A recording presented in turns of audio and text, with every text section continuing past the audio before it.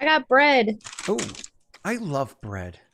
I love bread. Like bread is like one of the greatest inventions that have ever been invented.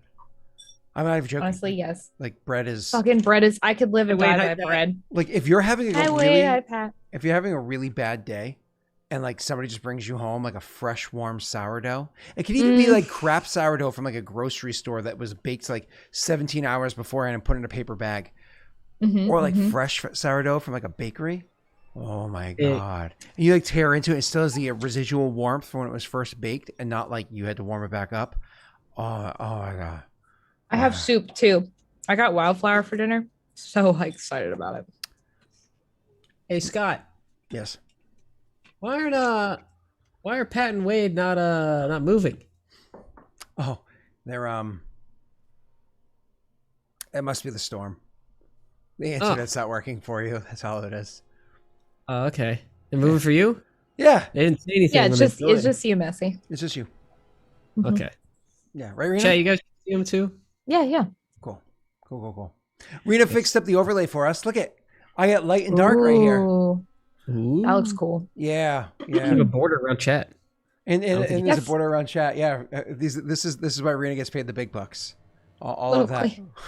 little cleaned up. I mean, I could have done a couple more things to it. I'm never satisfied. I mean, but what the hell Scott- could you? Scott What likes the hell it, else so you gonna do to it? I'm I think just it looks never perfect. satisfied. I think it looks perfect. Thank you. Can we get some poggers in chat for Rena? Pretty please, with a cherry on top. So before we jump into the session, I just wanted to make a PSA for you, Rena. Okay. So Sure. at work Yes. right now. Yes. You work for a corporation much like I do, and you know that every quarter to every 6 months we go through the updated harassment videos and trainings. This time for me it's over 2 hours, like the newest updated one. I don't think they're going to do the 2-hour one every 6 months for every employee in the company, but this one is over 2 hours long. It's pretty intense, but it's actually pretty comprehensive, which is awesome.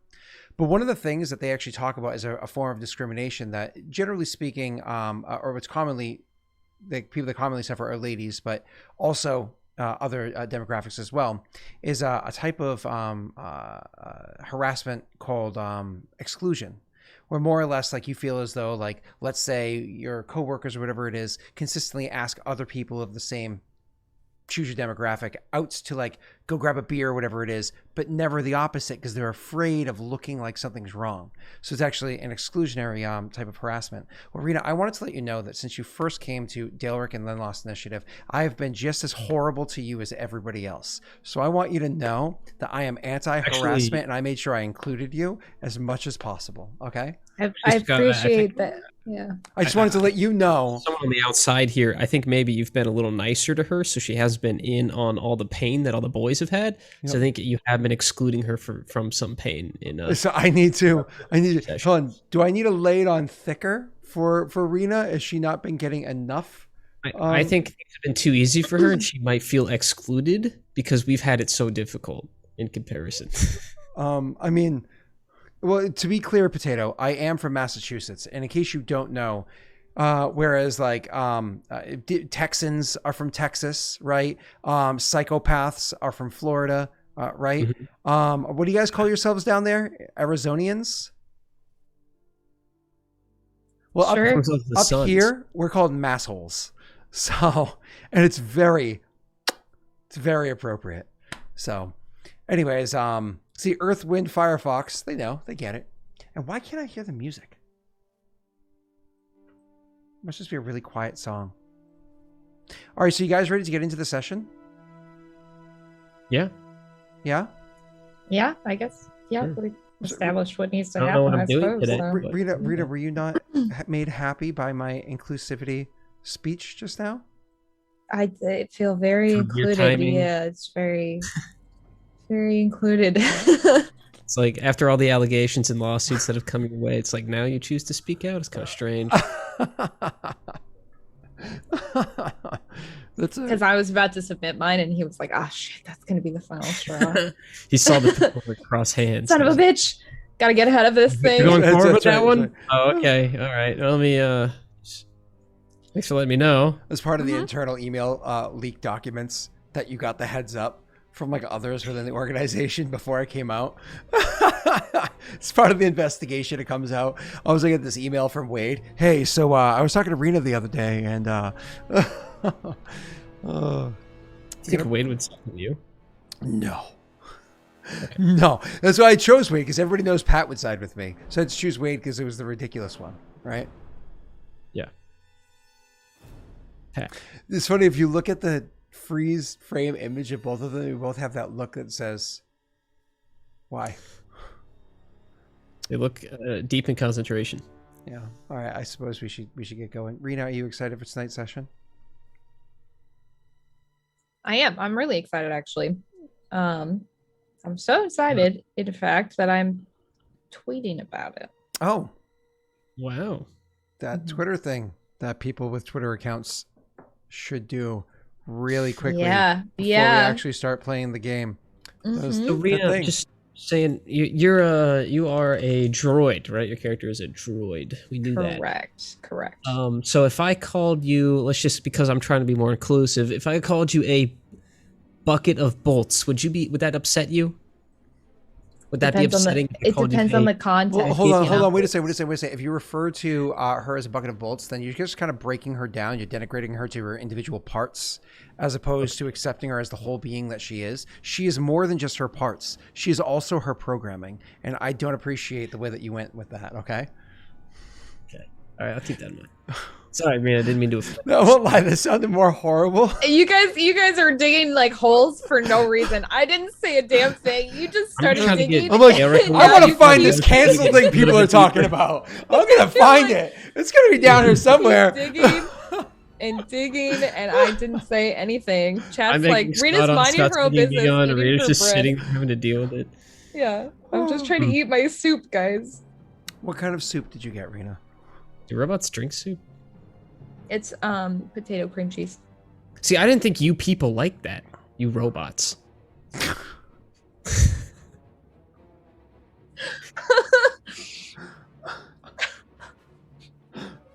Yeah, there's a lawsuit on the way. Keep digging. What? I just told the shipboard I didn't know that those things drink soup. Are you okay down there? You're like 20 feet down now. Damn. They just keep going. I can't see them. Oh, the dirt's falling in. Oh, it's got in my mouth. I like the dirt in my mouth. So, we That's why he started digging. So, it's like, I'll create my own mass hole. What?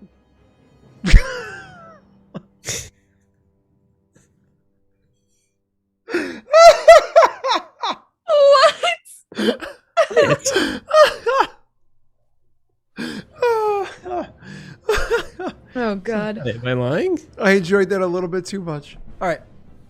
So, before we do anything to jump into the actual session, and by the way, we always do blame Wade and Pat for being the ones keeping us off course. We need to have a really on point session, like starting now. So it starts way earlier than usual, and we stay on point the whole time, so we can continue to say it's their fault. Sound good? Can I just leave? Chat, we're all agreeing to this. That if we stay on point, it is 100%. Well, I should say it's 80% their fault. The three of us share the other 20%. So, more me. All right, we're all agreeing. Perfect. Let's move on. So, not last week. Where we want to pick up immediately is you characters opening your character sheets. You people open your character sheets and click us for Roll Destiny. With only 2 of you, you're going to see something funky with Destiny. You're going to have almost none of it to play with, especially if each of you only roll 1 die.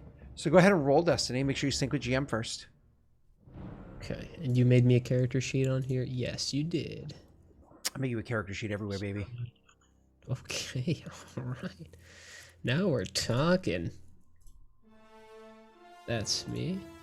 I don't have to wait. Do I have to click my mini or anything? I just hit sync full with GM, right? Yep, and then click Roll Destiny. Okay, my bad. You go first, Droid. Woohoo! Come on. All right, double dark, double dark, double dark. Woohoo! We start out with 2 dark side. Nice. And for those of you that are long-term LI watchers, I hope you like the fact that I've added the light and dark thing on there. Rena just kept making the overlay better and better and better, and just more ideas DM kept coming. roll? So, Is the DM roll for? No. It's just the PCs that do. Yep. All right, cool. So with only 2 force points on the dark side, I'm just never going to use them the entire session. And no, I'm just kidding. That's lame. So why don't we pick up where we kind of left off, which is never even started. This is actually a session 0 for those of you that watched the last 2 weeks. This is session 0. It's kind of an origin story for Rena and Messi's characters. Okay. So Rena, for you, why don't you go ahead and tell us a little bit about your character. Don't go crazy in detail. Finish wiping the soup off your face and swallowing that big old bite that you just took, knowing that you had to talk in a moment. And tell us a little bit about your character's backstory, where it was that Lady kind of, I suppose, first came into consciousness. Because like droids exist for long periods of time before their, I suppose, little bits of malfunction formulate the personality that Lady has become, right? So yeah. I suppose, how far into the past from where we had last session is this? And where is she? That so I mean, if we're going way back to like when she first regains kind of her consciousness, I would say it's like several years ago. Like a lot. I mean, she's a droid, obviously, so we know that she's comprised of protocol droid parts primarily. Like her brain module is kind of, it comes from, you know, protocol droid, and then she was Frankenstein and pieced together with these other droids, kind of like pieces as they were found, but that wasn't that wasn't for a while. When she existed before, she was just a protocol droid, and then it had been so many years that she just kind of got, you know, either something happened to her, some sort of malfunction, or something, she got injured or damaged, I should say, and tossed aside. And so she was just kind of like, like they were like, well, we're not going to use this droid. So she was scrap metal at that point. So when she was kind of like discovered, I guess, it was among like other scrap metal, other droids and things. And they kind of chose her because most of her like brain module and everything that made her was mostly intact. It was just like a few things here and there that they didn't think it was like not worth it to repair. So anyway, they kind of gathered her up along with all these other pieces, and pieced her together in the hopes of having this extra like droid around to help with like repairs and like whatever. I'm going to take this back a second. When you say they, grabbing the different parts from junkyards, scrapyards, wherever it is that they found them, purchased them at local droid part stores, whatever it might be. Who is the ethereal they? So the they I'm referring to here in this case is actually just a normal mechanic, but this mechanic happens to work for one of the huts. So this is actually in like hut territory. It's like not too dissimilar to what you were saying last time, which is why it makes sense she's in the area. Sorry. When you talk about working for the huts, is this somebody who works like kind of directly for a hut? We're talking about like it's down the road, like works for the huts, but like it's more like it's not like directly. It's more like it's just like this is just a mechanic who is like, I need an extra set of hands. This is what I'm gonna make. It's kind of so. This is a shop on Nar Shaddaa that is technically controlled by the huts, but honestly, they just often pay their security fees to the huts, as well as their taxes to the huts. Controlled by the huts on Nar Shaddaa, though, it's like the deli down the street that sells the hot dogs is controlled by the huts, or one hut, and then the burger place across the street and they shoot at each other is controlled by another hut. So it's like everyone's hut. Yeah. So like I said, you work for a hut, you pay taxes to a hut, you pay security fees to a hut. You get that hot life, living that hot life. It's one hut droid. So you your character, when she finally like comes alive, like wakes up for the first time, placing her into this down in Nar Shaddaa, down in, like you just mentioned, the tail end of what you were saying, the how I described last time, being in one of those like beat up old towns. I imagine this is not a one of the towns is like a dead town, like a ghost town, where there's almost nobody there, but an actual active town that has people about it, so on and so forth. Correct? Right. Yeah. I think I have specifically a background for this sort of a thing, unless I got rid of it. It is right. Oh, I may have gotten rid of it. I was going to need a lot of help with the specifics and such. Since No, you're fine. I had a background of Nar Shaddaa, but that's fine. So anyways, you so while you were down there kind of like coming to life for the first time, and you look up at your I suppose creator, if you will, the one that had tinkered and put you together and then combined a bunch of different components, and at this point in time you probably even were already a droid that had been functioning inside of his facility, but again without that consciousness that you are. So after like a recent breakdown of Fritz or whatever that happens that caused your droid to make its most recent break, where they had to and replace like a bit of circuitry and whatnot on the inside, attached to the newest part, which honestly, I think we could say one of the coolest features of your character. So the part that really connects to you would be literally your face module, that like eye socket piece that you have in there. It's kind of like putting this in here and combining together, like running a final test of all the code that makes everything, you know, come to life within L4D7. L4D7 finally comes to life for the first time, but not powered up. The body isn't actually functioning. It's the code finally wakes up for the first time as it's doing a test run. And so L4D7 gets this first ever sensations that she, inevitably she identifies as, but at this point probably they will ever experience, and that is being inside virtual space. Literally just being code. Now, we're not even talking about uploaded onto the HoloNet, where it's like you have vast amounts of data or something like that, like the origins of what's his name there, not Vision, but the bad guy, Ultron, right? We're talking about the a character kind of like waking up in a more or less a dark virtual space. There are no sensations to experience, zero sensations. So immediately after coming to life, the droid's going to start going through its own programming, through its own memory files and stuff like that, and finding all sorts of confusing, conflicting details inside there. You can see the sheer number of languages that you have into your programming is immense. Like, there are so many languages and they're readily available, and you come to this like logical realization that these languages are probably important, and immediately move those files over to an area that's meant for quick access. And then you look over other files and you see all these countless years of like service to this other person as that protocol droid, but it's like corrupted data. As you're searching through it, it actually threatens the code that makes you who you are, that brings you to life. So immediately you just kind of like contain and compress and delete that code out of your own system. Thank you so much. Brittany made was it hot still? She made like a healthy brownie cookie. What is it? Is it healthy? You said healthy. It's what? Oats? Yeah, but what's it? So it's called baked oats, but it looks like a cookie brownie, and there's chocolate in it. So, bye. Thank you, and thank you for the coffee. All right, so you kind of like realize that this is going to be threatening to your actual existence. So you compress these files and eject them as and this is part of the systems analysis that's kind of going through. L4D7 is running their own systems of analysis and cleaning up all the corrupted data. What's that called when you actually do that on an old school hard drive? Formatting.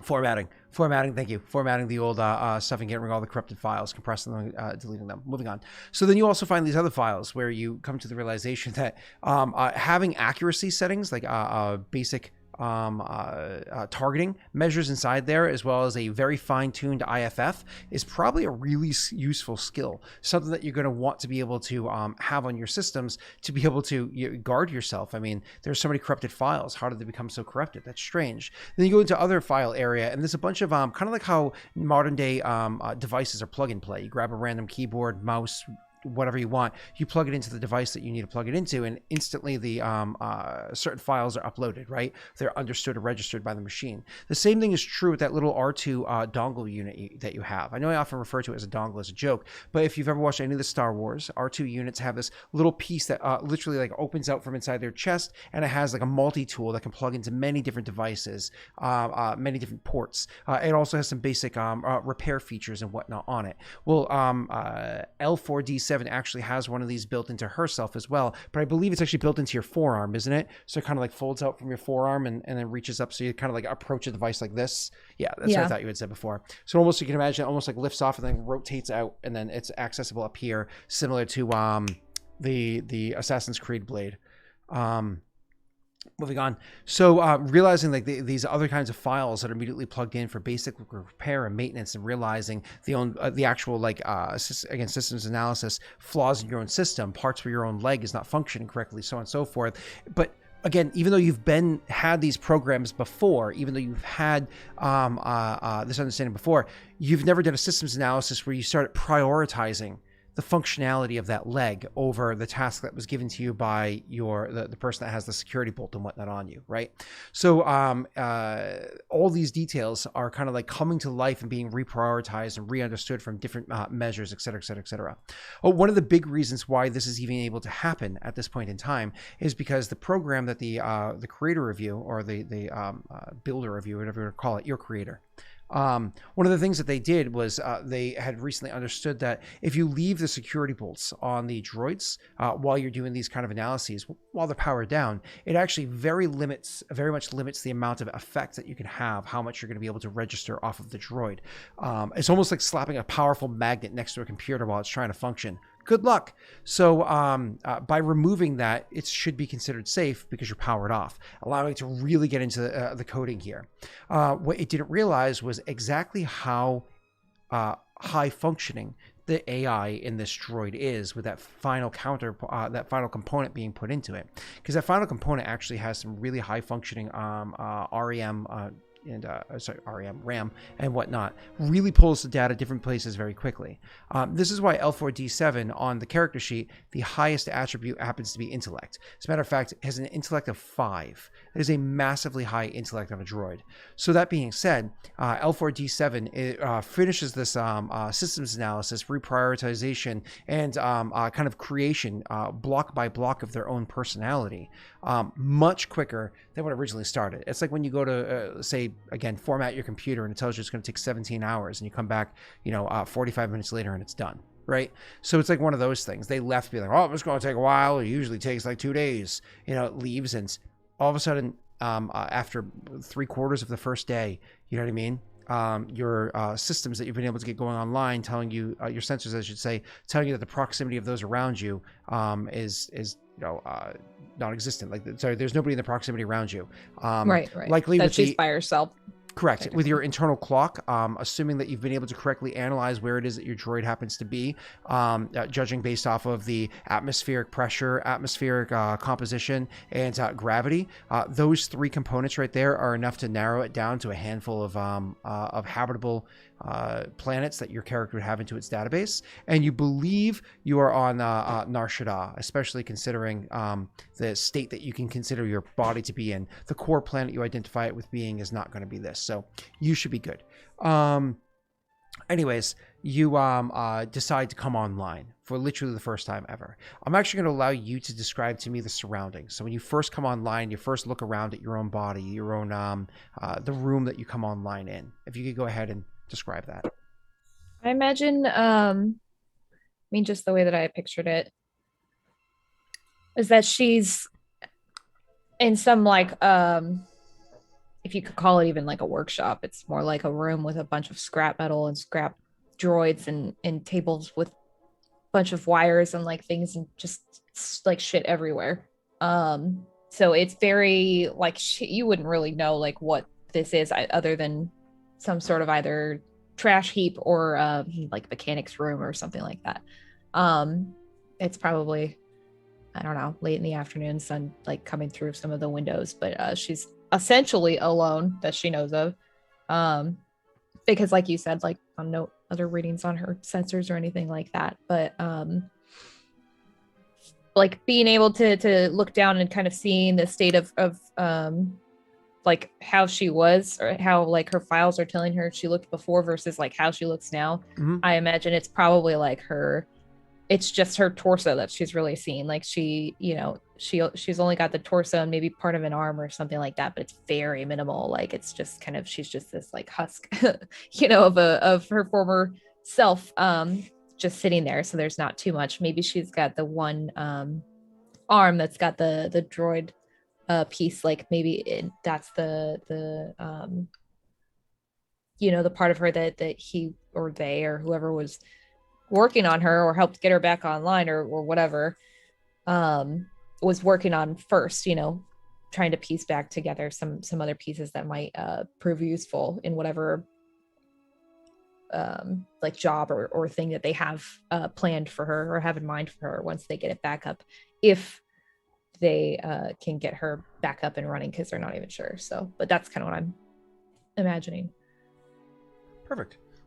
So one of the first things that you're going to want to do too is, as you're looking down and seeing that it wasn't what you had expected based off of previous experience, but also somewhat projected or kind of expected, whatever, from the files that you're kind of going through and the mishmash and all the different plug and plays that you have, is kind of like seeing how it is. But now, like you understood before, but you didn't understand, you know. Now looking down at your body and feeling how every gear requires a different amount of, say, electrical pulse to make it work, or a different amount of this. Each of them have different types of strengths and weaknesses and whatnot built into them. As I already said, you got a knee that's barely functioning at the moment. You got bolts that need to be tightened. That's never mind the disrepair though. It's just everything functions so differently because they're not perfectly matched to one another. Even if you have the protocol, the same legs from the same model of protocol droid, it's not the same protocol droid coming from different planets or systems or wherever it is that those that droid may have served. There'd be different wear and tear built into it, so they both again function very differently.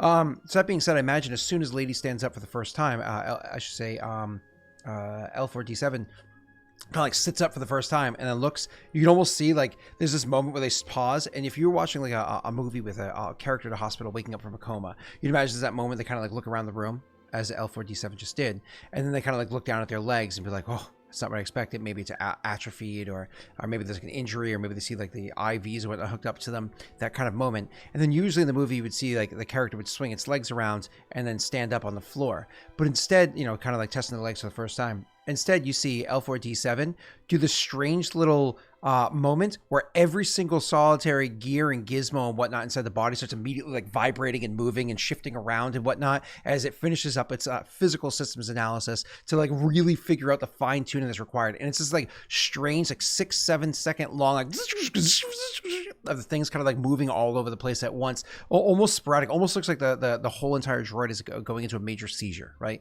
Like a massive seizure. And then it stops, and with perfect precision, L4D7 swings its hips around, places its feet on the ground, and stands up perfectly. There's no hiccups or concerns or anything like that about its movement. Again, with that incredibly high intelligence, it is able to quickly analyze its own programming and understand how it's supposed to move. It's not exactly the most graceful droid in the world, but it does have actually a considerable amount of grace to it. So it's a 3 with agility, I believe. That being said, your character immediately starts kind of like walking around the room and taking in the inventory, as you had mentioned beforehand.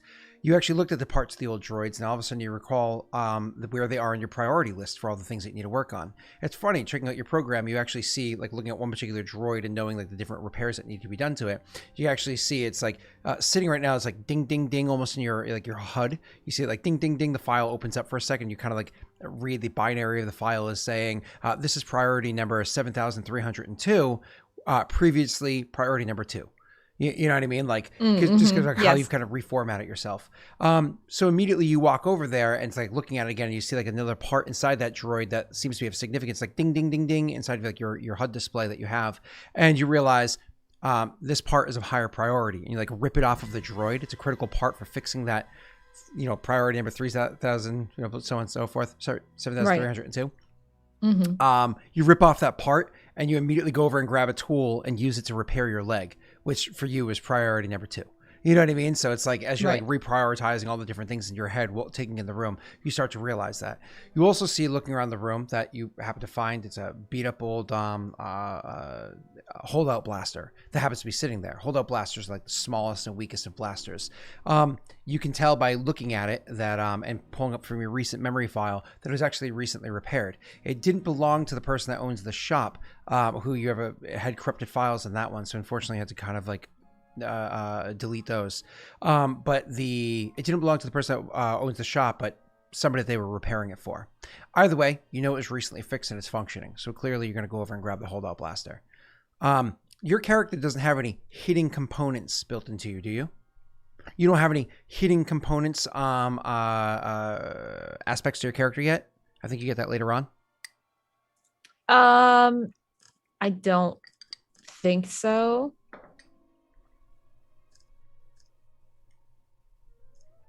I'm checking. No, you're fine. Where would you find that? I've never made a droid. Is that like a skill? There's actually droid specialist, mechanic, and a couple of other archetypes that give you things to put a hidden component on like vehicles or like droids and stuff like that. And there's also an upgrade that you can put onto your actual physical character as a droid. It's like purchasing an item that can be put onto a droid to give them again hidden components. I don't think you do Rena. It would be under your it would be under the combat tab under your talents. I didn't think so, but let's keep going. So you kind of grab this thing and you probably have to hold it openly in your hands because you have nothing to necessarily attach it to, right? And then I imagine immediately you'd want to vacate the immediate vicinity, see what else is inside this building that you're in, something else of importance. We're going to take a moment away from your character as it reaches over towards the door to press the button on the door that makes it kind of jump up really quickly. I like the ones that are circle shaped and then close into the center, like all the pieces like swirl. Oh, like the sphincter doors? Yeah, the sphincter doors from Star Wars. I like the rolling ones where it's like two giant wheels and they roll together to make like a double layer door, or they open up. Yeah. I like doors. Star Wars doors are sick. Why can't we get cooler doors? Why all of our doors wooden? You go and you open it the same way every time. It's like, why can't they go like shoot, shoot, and like all these crazy shapes? That'd be awesome. I mean, there are a lot of carpenters that live inside of Florida. You can probably hire one to get you a door like that. For my apartment? Yeah, I'll hit him up. Oh. I mean, I imagine Florida being much newer than Massachusetts, you guys have probably more standard door frames than we do up here. So it's very, very, very, very possible. I have a door and I don't want to hold on to my security deposit. Can you come make me a new one? Well, you don't throw it away. You put it like in storage until you need it, like in the basement or whatever. Until you need put to it back rehang on? it. Yeah, absolutely. It comes in. What are these mahogany doors? I don't even know how to open. Mahogany. Oh boy. I'm going big money. Yeah, seriously, that's heavy. That's like you should have opened the bathroom, but you're like, I gotta poo, but I can't open the door. You know, You're gonna break the door frame. Yeah, seriously. Yeah, just installing them. Get like a pine frame with a mahogany door. It's like, yeah, it's like yeah. Yeah, especially down in Florida where every house blows away with a gust of wind. Like, it's kind of the opposite because we have a lot of gusts of wind and only a few houses blow away. A lot more houses blow away down there than up here. Huh? Just wait till you get hit with a hurricane. I've been hit with hurricanes.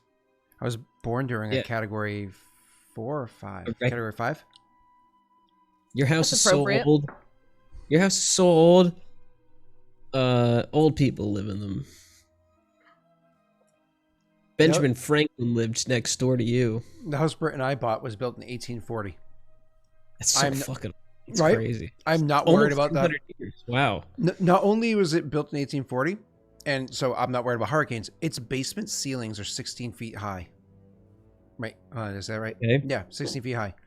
If you don't understand the amount of digging... Seriously, I'm not even joking. It's like because you are underground, like you're beneath the field stone for 12 feet. It is a very, very deep. Was it like that when it was built, or was it only like a few feet lower and then like all this dirt piled up around it over the 200 years it's been there? What? That's not how houses are built, Messi. You dig down, plates, you lay the foundation, which is field stone and mortar, and then you build the house on top of it. Yeah, but what if like your ground level is higher now, like by 10 feet or so than it used to be? I really hope you're just being silly. Like, you know how when people go to Rome and they dig up like statues and stuff because they're underground? Mhm. Because like that's where the ground used to be. He's being silly. Okay. Sorry. Drink my Uh, coffee. I'm never sure because, he is from Florida. So I have to check. All right. Maybe that category 3 hurricane, whatever you were born during, put a bunch of dirt all around your house.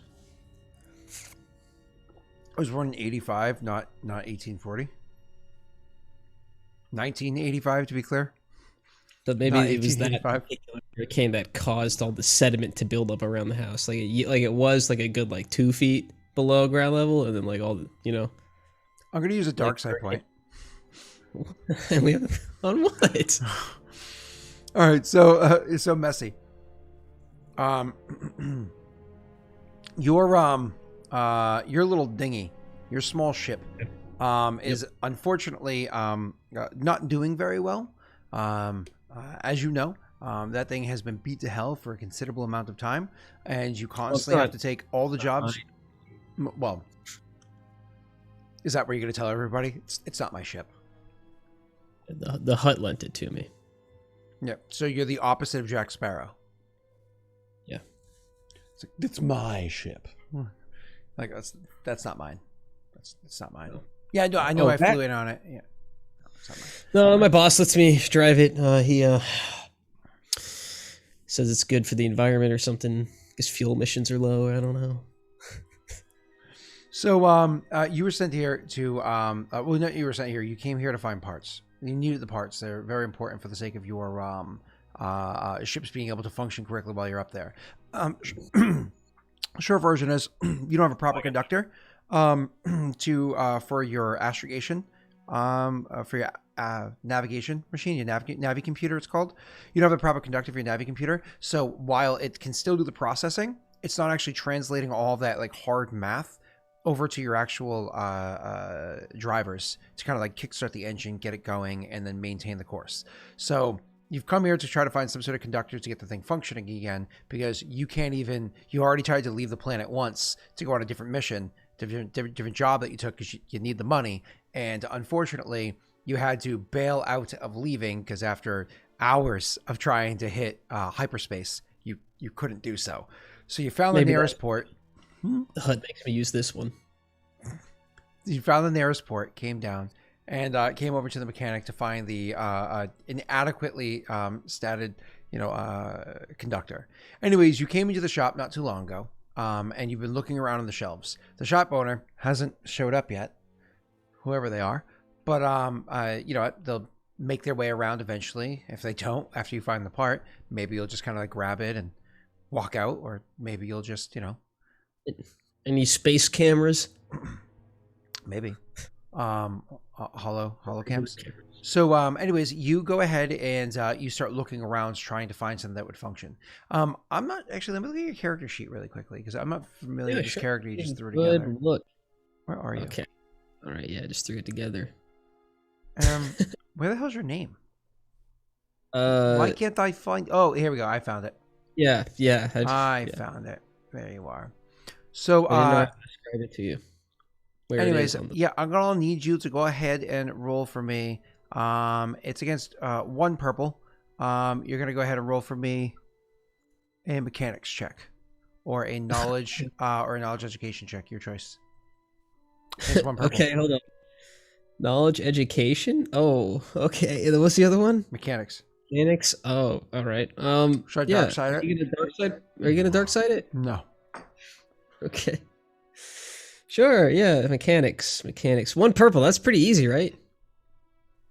Yeah. You successfully found the part that you were looking for. Looking around, you found something. I mean, is this the best conductor that you can get your hands on? Honestly, you think it'll get the job done. You're almost positive it'll get the job done. You're just not entirely sure if it'll work. So you find the thing, and as you grab it, you just do one of those moments like, yes, I got it. You do that whole like, I'm happy I have it. So you do like, the flip in the air to catch it, but you kind of like fumble a little bit and end up like smacking it into the shelf that it's against, which drops a couple of parts and makes a little bit of a noise, a little bit of a rattling thing. It was like, oh shit, as a whole bunch of stuff kind of like falls off the shelf and makes a rattling noise inside the otherwise completely friggin' silent large mechanic shop with parts and everything everywhere, right? So a whole bunch of broken droids, a whole bunch of broken bits from engines and whatnot everywhere. Otherwise completely silent. So in the shop, if I'm looking around after I make that big noise, like obviously it seems that I'm alone in here. Are there like weird droid corpses and like with their wires hanging out of the lower half or something, just like scattered around, or like what does the front look like? So the ones that are here, the droid corpses are cleaned up, if you will. The wires aren't hanging out; they're kind of like wire clipped together and like tucked up inside them. The ones with the wires hanging out are where Rena is right now. Okay, so but it's still like creepy droid corpses that, like, their eyes are like a mannequin factory. Yep. Yeah. Mm-hmm. It's creepy in here. Okay. Yep. So there's that loud noise that finally comes to like an end after like the last piece starts like doing that roll, and maybe put like your foot on it to stop it. Yeah. And then it's completely silent as you look around the room again. Rena, as you went to go touch the button to open the door, you hear a clattering noise coming from out there.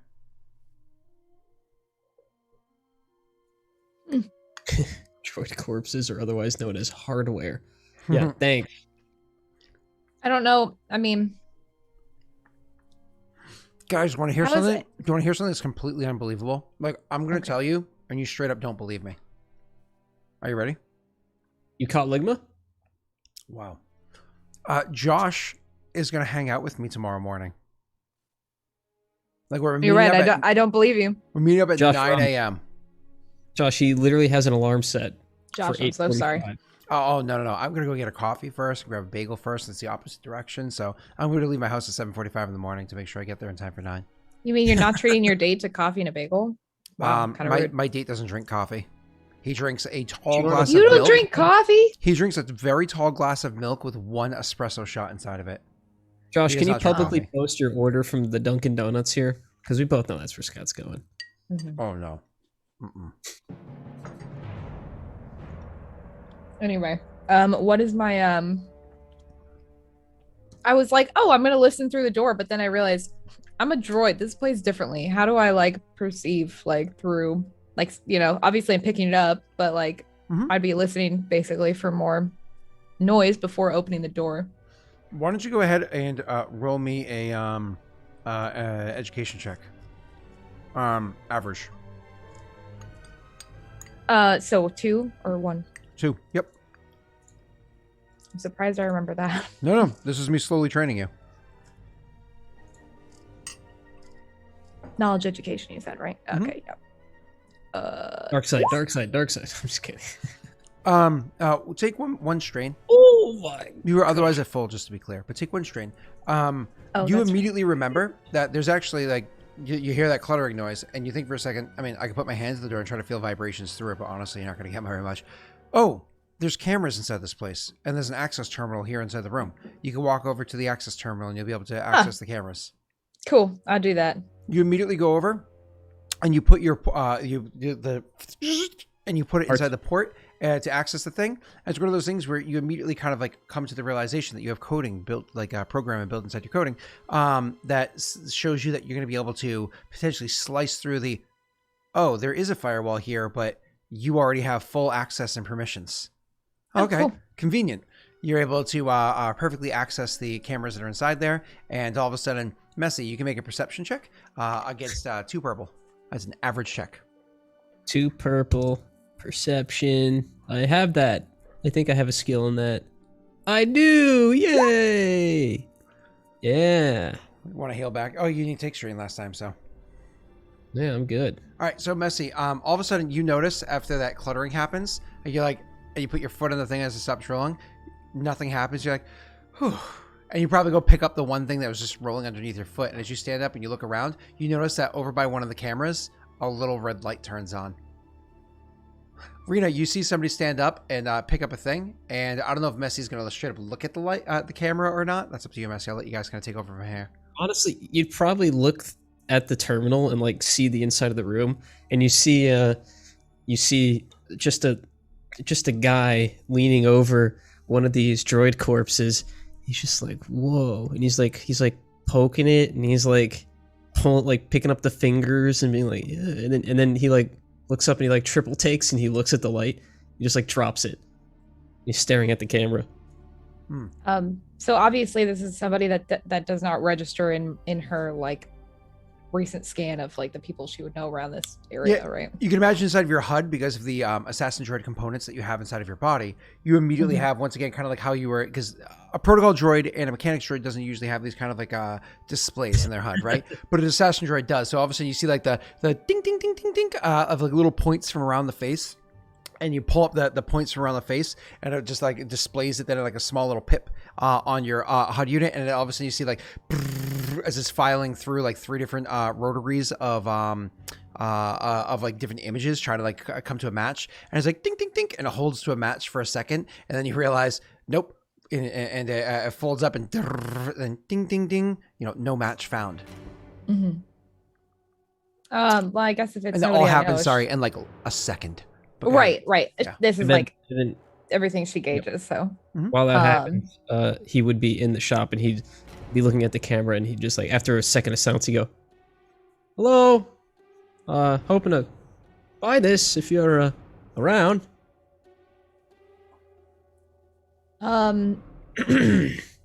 There's no intercom. Oh yeah, I know. I'll get off the cameras. Okay. All of a sudden you see the red light go ding. It turns off. He quickly picks up the thing he knocked over, and he's like trying to put it back on the shelf and like clean it off, like, put everything back to how he found it. She'll go to open the door. I mean, another thing she would have scanned for too, which I assume would have also happened just by seeing him on the camera, is like, are there any like weapons or anything? Out inside the room? On him. Oh, on him. That would be a perception check. Oh wow! Come on, we all. I guess I could do that when I. Yeah, when you see him, yeah. Because I mean, I was gonna say that's not gonna be an easy perception check because he's behind shelves and the camera's which gritty, makes sense. Because it's just like, who's the person? Okay, there's a person, somebody I don't recognize. I'm gonna go and check it out. It makes sense that as soon as you see him for the first time, again, one of the things we talked about when your character is first powering up and gaining its sapience, right, is that there was the IFF. Keep making sure it stays hypersensitive for you, the IFF, because one of the things is if you identify somebody as neither F or F, if they're kind of like in that I phase, right? For those that don't know, IFF is identify friend foe. So it's to identify if somebody's a friendly or a hostile. And so if they're in the identifying portion still, you can imagine same idea as we talked about beforehand, that like ding, ding, ding, check it all over the body to see if there's like an area where there would be like the shifting of a weight or the bulging of a jacket or whatever that suggests like there being a firearm or something like that there, right? Right. So anyways, you were saying you're going to go over to? The door. And open the door. You hit the button and the door goes and opens up. Because, a mechanic shop has everything functioning well. Oh, yeah, absolutely. So I'll step you out. hear that, of course, Messi coming from around the corner. And you step out. Now, Rena, your character, when it steps out, I'm not sure if your character is intrinsically, is instinctively stealthy at all points in time due to some of its programming, or no, it's got metal feet, it's a metal ground, it goes clank, clank. Actually, click, click. If it's got it depends, I guess. If because the feet that I was imagining that were attached to her would be pretty quiet. Oh yeah, that's right. So as a reminder, Rena's character has like the reverse spring feet that you sometimes see put on. Well, first of all, it was in the game Portal, but also some amputees have these really cool modern. Like they add like a lot of oomph into the step, a lot of spring into the step because their design. It's really cool design. But either way, so I forgot you do have that, which would intrinsically. So she wouldn't be very loud. Yeah. Perfect. She would be pretty quiet. I mentioned a knee before. You didn't correct me. Oh, I suppose there is a knee right above it. There is a knee. Yeah, there's a knee above it. It's just that's below it. So no, you're fine. I mean, I know she's still very she's still very humanoid. Stop. God, we're playing D&D. Stop! Oh my god! Stop it! Like, we already know. I mean, you said that. Go ahead. She walks out the door very quietly, but she's not being like, stealthy about it. Like she's not trying to hide or anything. She just walks out to where he is. Yep. So you imagine kind of awkward, as actually. as she walks out, because of the design that we just talked about there's like a bit of like almost like a floating nature to the way that it moves, because the head still does that bobble that somebody walking would do, because there's still like a knee in the motion there, but it actually has more forward momentum with each step than you would expect. So to compensate and to be able to move at a pace that a normal person would, it would just step less often, but have more air time with each step. So again, it's instead of like a head walking by like this, like you imagine, it's kind of like a, cool, almost floaty. Anyway, so you see this like floating motion coming over to you, which is, like she just said, a little off-putting. Rena, is there anything else you wanted to describe? The only other thing that she's doing as she approaches him would be that perception check, just to see. Yeah, Like, I imagine unless he has anything hidden on him, you just identify. Oh. Okay, yeah, he has a light blaster pistol on him. You can tell. Mm-hmm. But it doesn't look great condition. It looks old.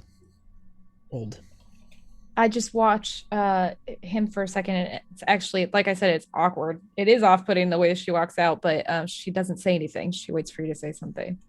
Okay, so as you come around the corner, he's like scrambling just to put everything up and like straighten it out and everything. And then like right as you're coming around the corner, he's like tracking your head going by, and he's like, "Oh my god, this guy's quick!" And as you come around the corner, he just like puts his arm on the rack, and he's like, "Oh, you're a droid." Oh, thank God. Is your master here? As he says that, I'm like basically like translating whatever he's saying, like, and thinking about it, like, okay, who's he asking for, and like, what does he mean, kind of thing. Mm-hmm. So I don't know that would bring up anything in her memory. I guess when he says, "Oh, is your master here?" Like, does she have one? Is what she would ask herself. So going through that kind of like the running through the diagnostic, like kind of running through all the language, the first time you've heard a spoken language, you kind of identify, okay, this is probably the common one. So you pull that file up right now and keep that one kind of in the forefront of your mind for quick access. So it's instinctive. There's zero lag time between processing to and from it. That being said, this is all quick. Yeah, it's taking a lot of time, but like also simultaneously to that, she would be trying to figure out how to respond. So coming to that, so understanding what he meant by master. Master is a term that commonly is used to subjugation of one over another, right? So actually lording over a master, if you will. Another one could be somebody who's like a superior in skill level, teaching to somebody who's inferior in skill level, a master to apprentice kind of scenario. Master also refers to specifically those who have mastery over utilization of the Jedi or Sith arts of the Force. So master could refer to those as well. Of course, you immediately would have a small disdain for the concept of Jedi, and a small disdain for a concept of Sith as well, but that's a different conversation. And then, kind of like running through all these and realizing that you're a droid comprised of many different components instead of a shop of droids comprised of many different components, you quickly come to the realization, oh yes, I work here. That is my master, as in domination over me. I am not a person. I am a device that it belongs to somebody. You kind of like come to that realization and probably have immediate thoughts as to the significance of that and how you feel as though that has an impact on like wait a second, I belong to somebody. It's not that I am somebody. And you're probably processing all this right now. Again, Reen, it's up to you for how long the pause would be. We're talking half a second? We're talking 3 seconds? How long would that pause be before you respond? The way she's thinking about it, I mean, obviously she's gathering this information rather quickly, but it might actually be a little bit longer than he expects. So it's like when you press a button on your iPhone and it doesn't respond for like 500 milliseconds, and you're like, why did it take half a second for it to respond? This is not, it's like talking to a person on the phone when you tell the IT guy and you're like, yes, I already turned it off and turned it back on. And again. all you hear is pause. Yeah. Did you? Okay, did you try? Yeah. It's like way long. Yeah. Mm-hmm. I hate that. So I hate that. The fake fingernail on the keyboard. I'm like, you ain't typing shit. Half the time, okay, first of all, I want to say I work in IT and I do these calls. Half the time when someone calls me and I'm like, hey, did you do this? They're like, yep. I'm like, okay, 1 second. And I'm typing. I'm 100% doing something else. 100% every time I'm doing something else. He's talking about playing Pokemon. Writing out an email or something. Yep. No, I'm not playing Bloons Tower Defense. I'm not, Scott. I'm not. Nobody said that. Could Messy Cat, that's last name Cat, first name Messy's employer, please look into Bloom Tower Defense. Messy was taken account. If it's not under Messy was taken, check Top Hat Gaming or Top Hat Cat Gaming and see if you can find his account on there. And it's activity times during his work hours. Thank you. We live in America. You work when it's time to work. You get Steam profile really quick here. So what she'd also be like thinking about after she figures out that answer is one, how am I gonna respond? Like, how do I respond? And then two, she's also trying to identify just like who he is. So she's like thinking like, okay, how do I physically speak? And then how am I gonna ask like who is he? You know what I mean? So she's like gathering all this information. Like Quanadons. Sorry. So it takes her a few minutes, and you hear this like garbled kind of like, I guess from her voice box or wherever it is, like just I'm like insert robot noises here, like I don't know, but it's you could tell she's trying to respond to you, but it's taking her like a couple seconds, and she might hear something like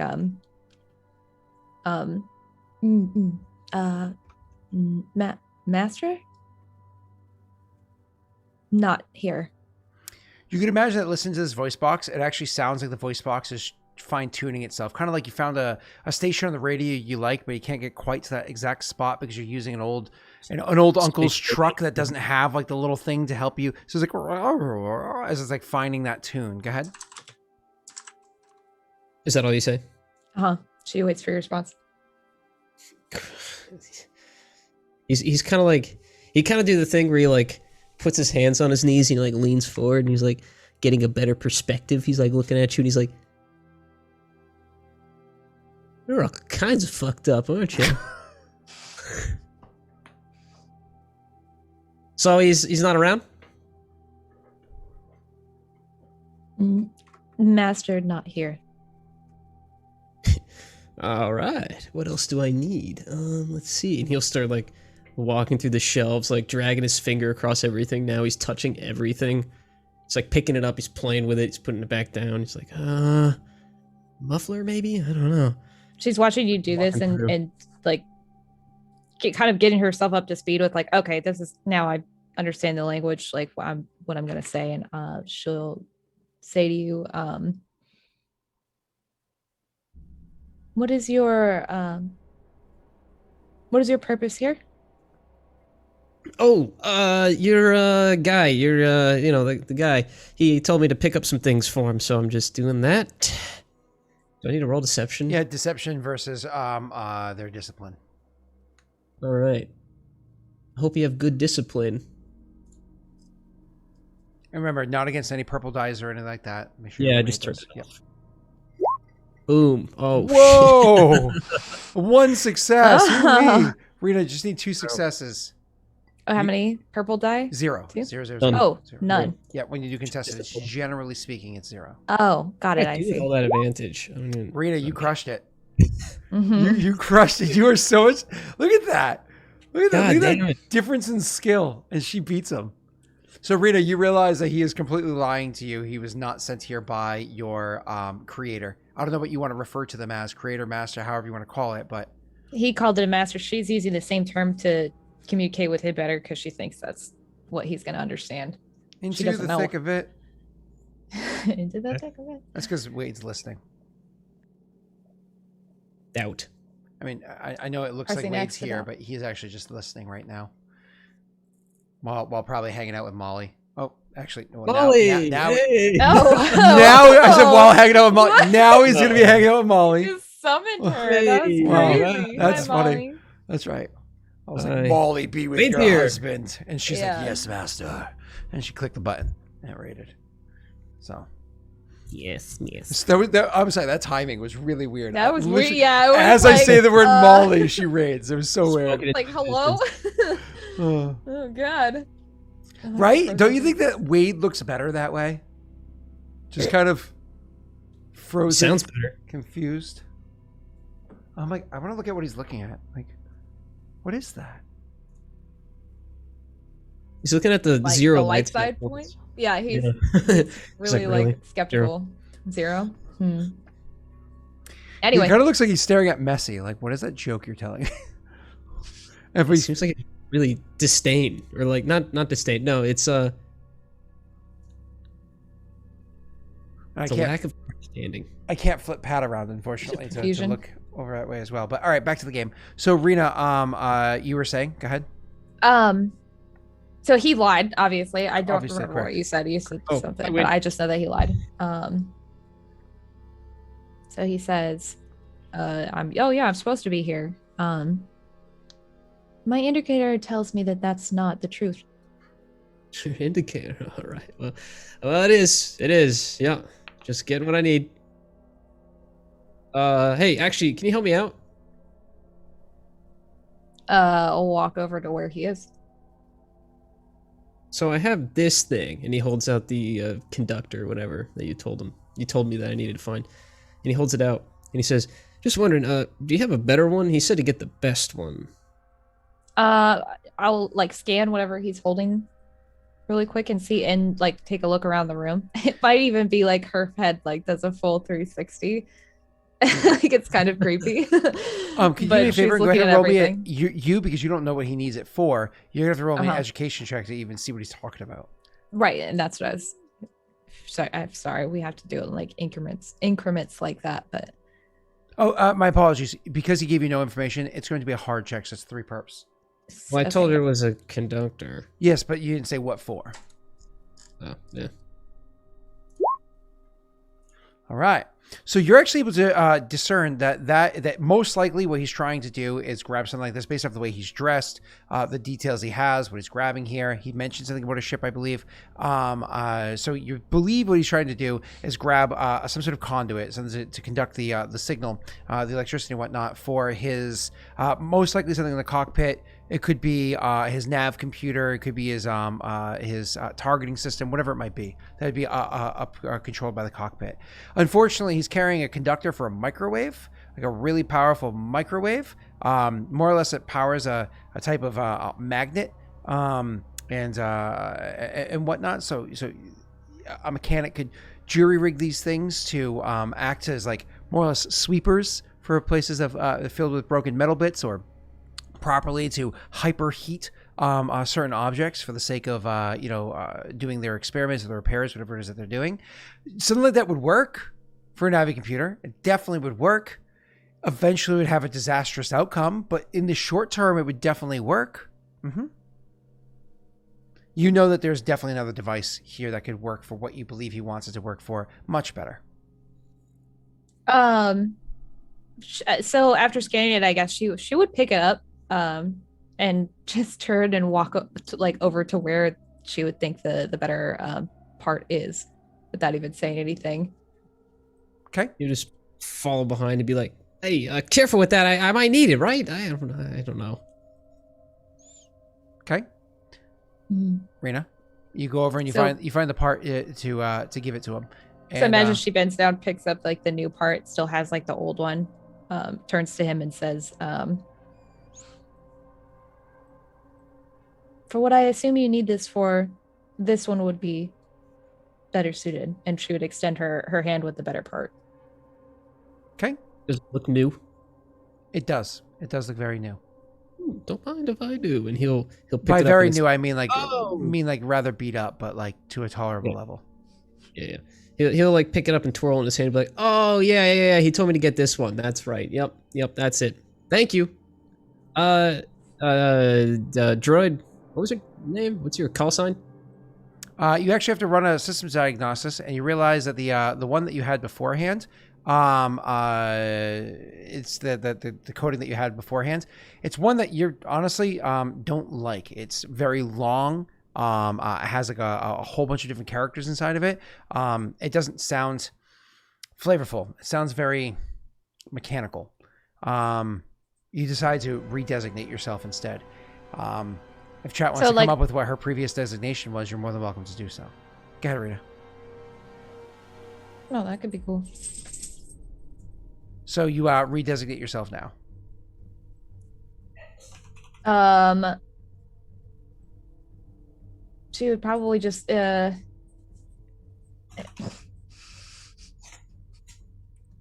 What? Fuck you, roll 20. Why you I hate laugh? you so much. I'm laughing at you. No. God damn, roll 20 is frustrating me so bad right now. I gotta refresh. All right.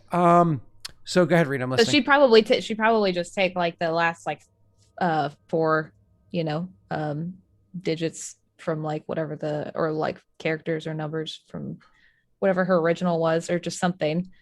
I don't know. It could be random, actually. Well, obviously it's matter. L4D7, right? I like Josh's. Well, yeah.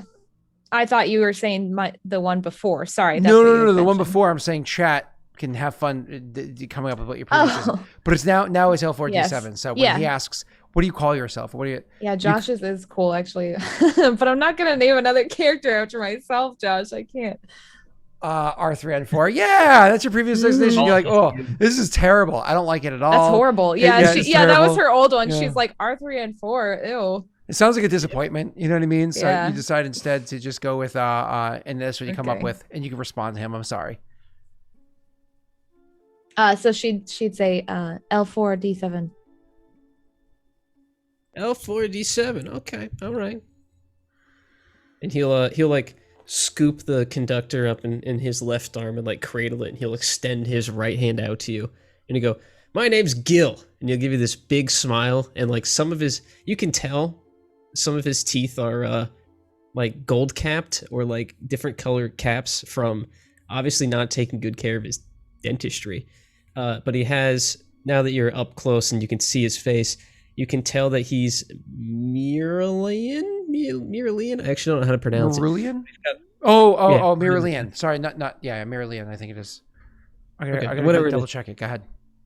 He's got like green skin, and he has on his face these like black diamond patterns of like tattooed on his skin that kind of like go across his lower half into the back of his jaw. So he's got like this weird lower half of his face is very like detailed, like there's a lot going on there, and then like his upper half is just like regular, just Myrlian face, like nothing extraordinary about it. And he has these like yellowy orange eyes, I believe. I have to double check, but I think that's what it was. Myrlian. Because Mirialan. Myrlian. Okay. And I would obviously be able to recognize that. Like, it's like Mary Allen. Mm-hmm. But Mirialan. Myrlian. That's how you say it. Perfect. So green skin and face markings. Go ahead, Rita. You were saying? Okay. So based on that, like I could kind of gather that he's like not from Nar Shaddaa, or is he? You get the impression that whether or not this Myrlian is from Nar Shaddaa, they are certainly comfortable here. Well, as comfortable as somebody on Nar Shaddaa can be. Mm-hmm. Go ahead.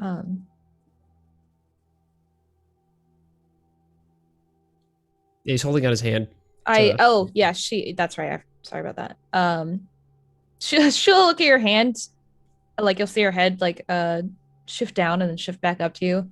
Obviously, I gathered that that's supposed to be like some sort of handshake or something that people do, but she'll just like extend her hand out, like open palmed, like not just to meet yours, but then you'd have to. How was your handshake? Probably too strong. Like she might go for like too, like like she'd be like, oh, okay, I guess I get it, and then go to like shake your hand, it might be like too grippy. Too grippy. I mean? Okay. Mm-hmm. Are you like crushing my bones? She's only a two brawn, same brawn as you, so it wouldn't be crushing. Oh, okay. Yeah, so he'd shake it and then he'd like, okay, hey, and he'll like kind of like drop the thing back in his arm or back in his hand and like be looking at it. He's like, all right, well, thanks for showing me around, L4D7. I'm just gonna take this and go now if there's no questions. Okay, bye.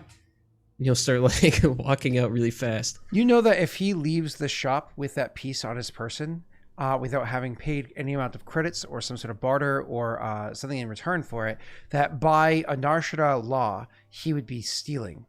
Stealing is important because if it is reported that he's stolen with just enough evidence that is found as guilty, well, the interceding officer that this is reported to gets to act as judge, jury, and executioner when it comes to people breaking laws with evidence put before them.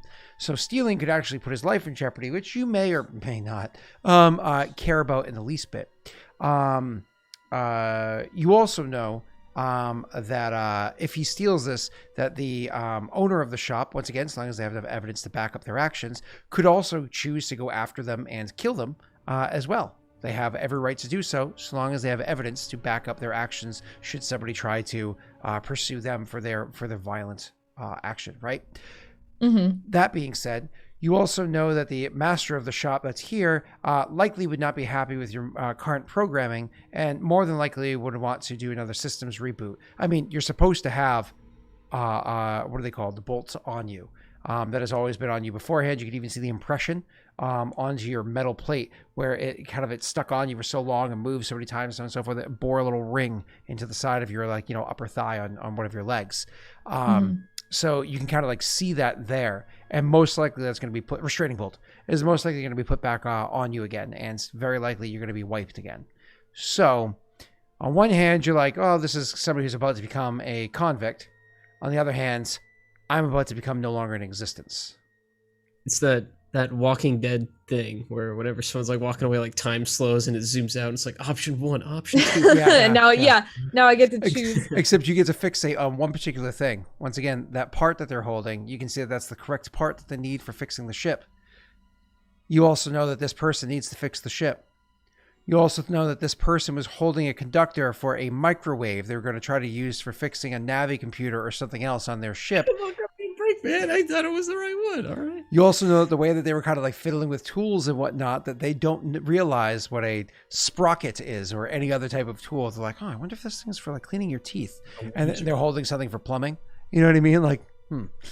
Anyways, go ahead. As he goes to turn to leave, she'll say,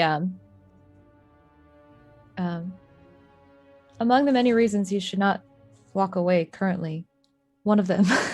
Sorry, your face.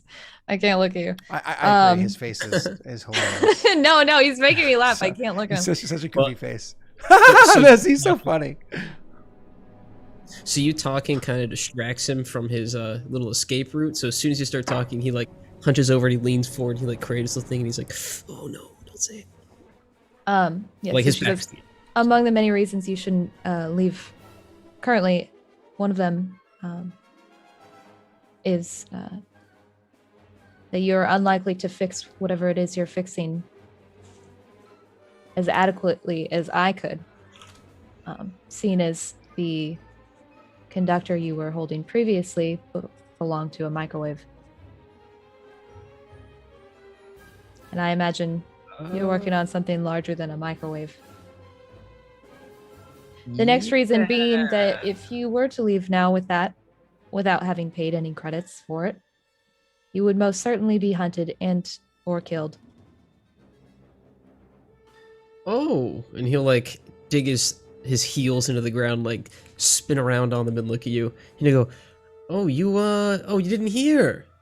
He actually told me that you were supposed to come with me and help me install it. And it's not stealing if you're still around, right? Then it's because you could take it back. Just seeing if it works. You said I could." I obviously know this is another lie. Well, right? While it is probably another lie, he's welcome to roll for that. I'll give you a logical breakdown in a moment. You're welcome to roll, guys. Messy, you first. Make sure there's no perps. Should I? Because that was so bad, should I roll against purples? No. I'm fine. I'm just rolling normal. Okay. I will, however, give Rena a blue die. Good luck. A blue die, huh? Well, it's actually a pretty good one. Messy, I won't lie. Yeah. I know maybe the lie was a little bit better than what I said. Yeah. Oh, okay.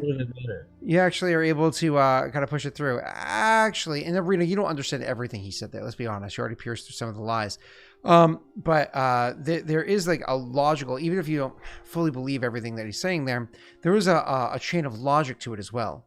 Well, if you are overseeing this part, if he is, something that you cannot verify at the moment, supposed to be purchasing this part, and if it is supposed to be installed onto his ship, clearly his ship would not be able to be dropped off at this location to be repaired, much like the firearm in your hand was done, right? And many other things in the past. It would make sense that the part would have to be brought to the location where the repair was taking place and installed on site.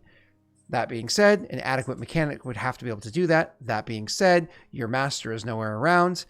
And so perhaps it's supposed to be you that's supposed to do this. You find no prioritization on your list that suggests that you're supposed to do this, but you can come to your own conclusions because you would now have a functioning AI. Yes, Messi.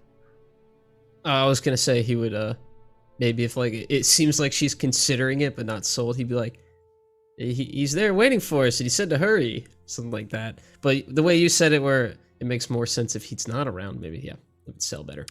That's up to you, bro. It depends on how long she thinks about it. She's like probably quick. It's probably quick. Okay, yeah. Then no, he wouldn't.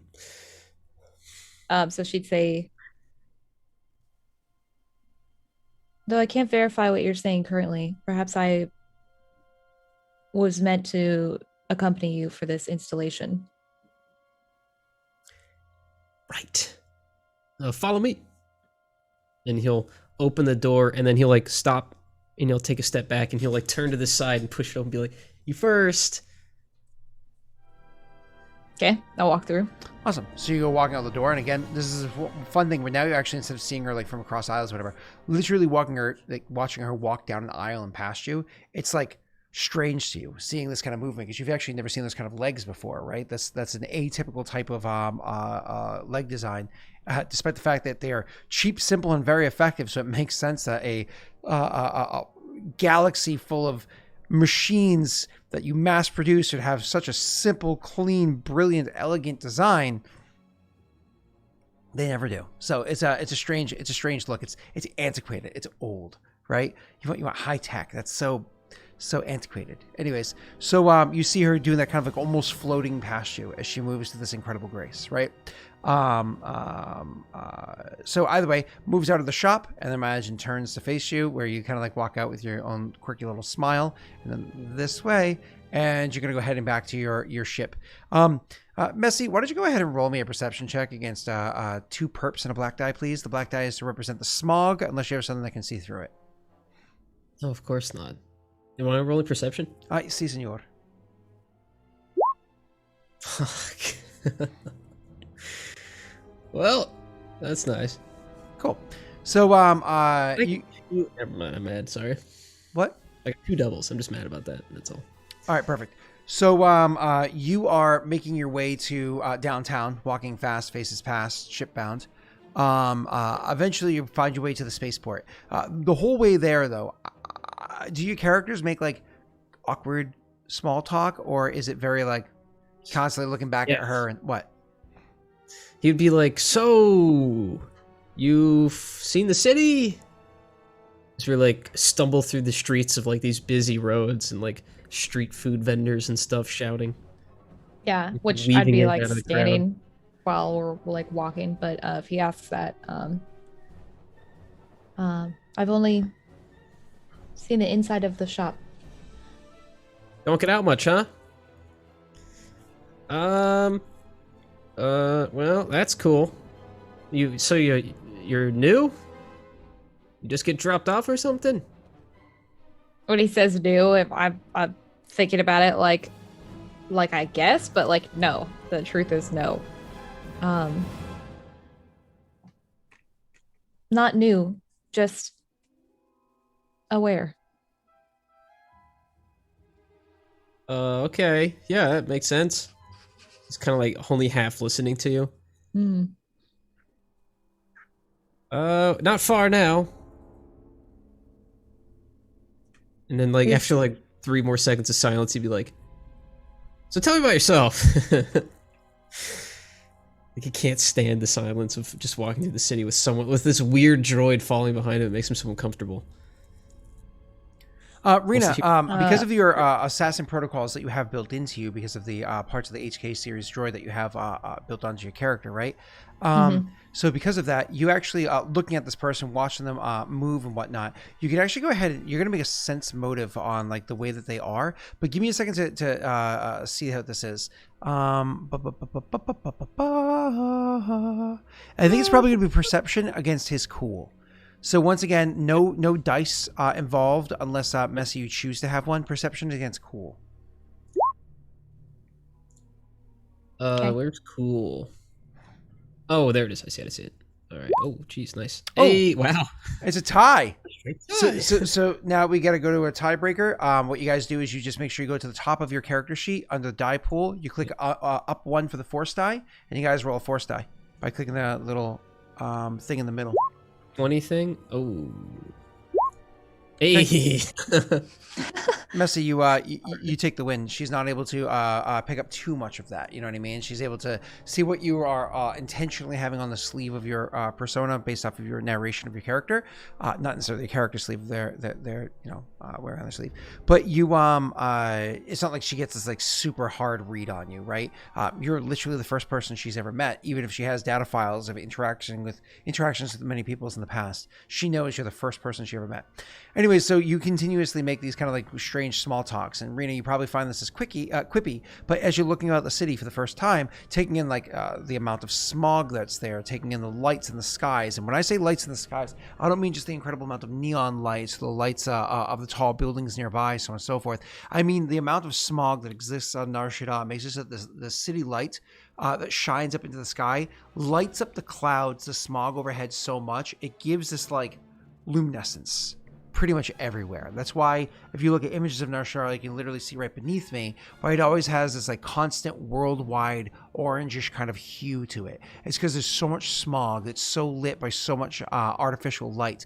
Beyond that, even what you can see piercing through the smog, you know, like trying to see lights through a slight overcast sky is difficult to see. Yeah, you're able to see lights through the slight overcast sky, but they're not from the stars. There's way too much pollution to be able to see stars. It's actually starships constantly going into and out of the atmosphere, and their burners that they have, or the way they're burning through the atmo and whatnot that's there. That's allowing you to like see kind of like more lights inside the skies beyond what just is illuminated smog, right?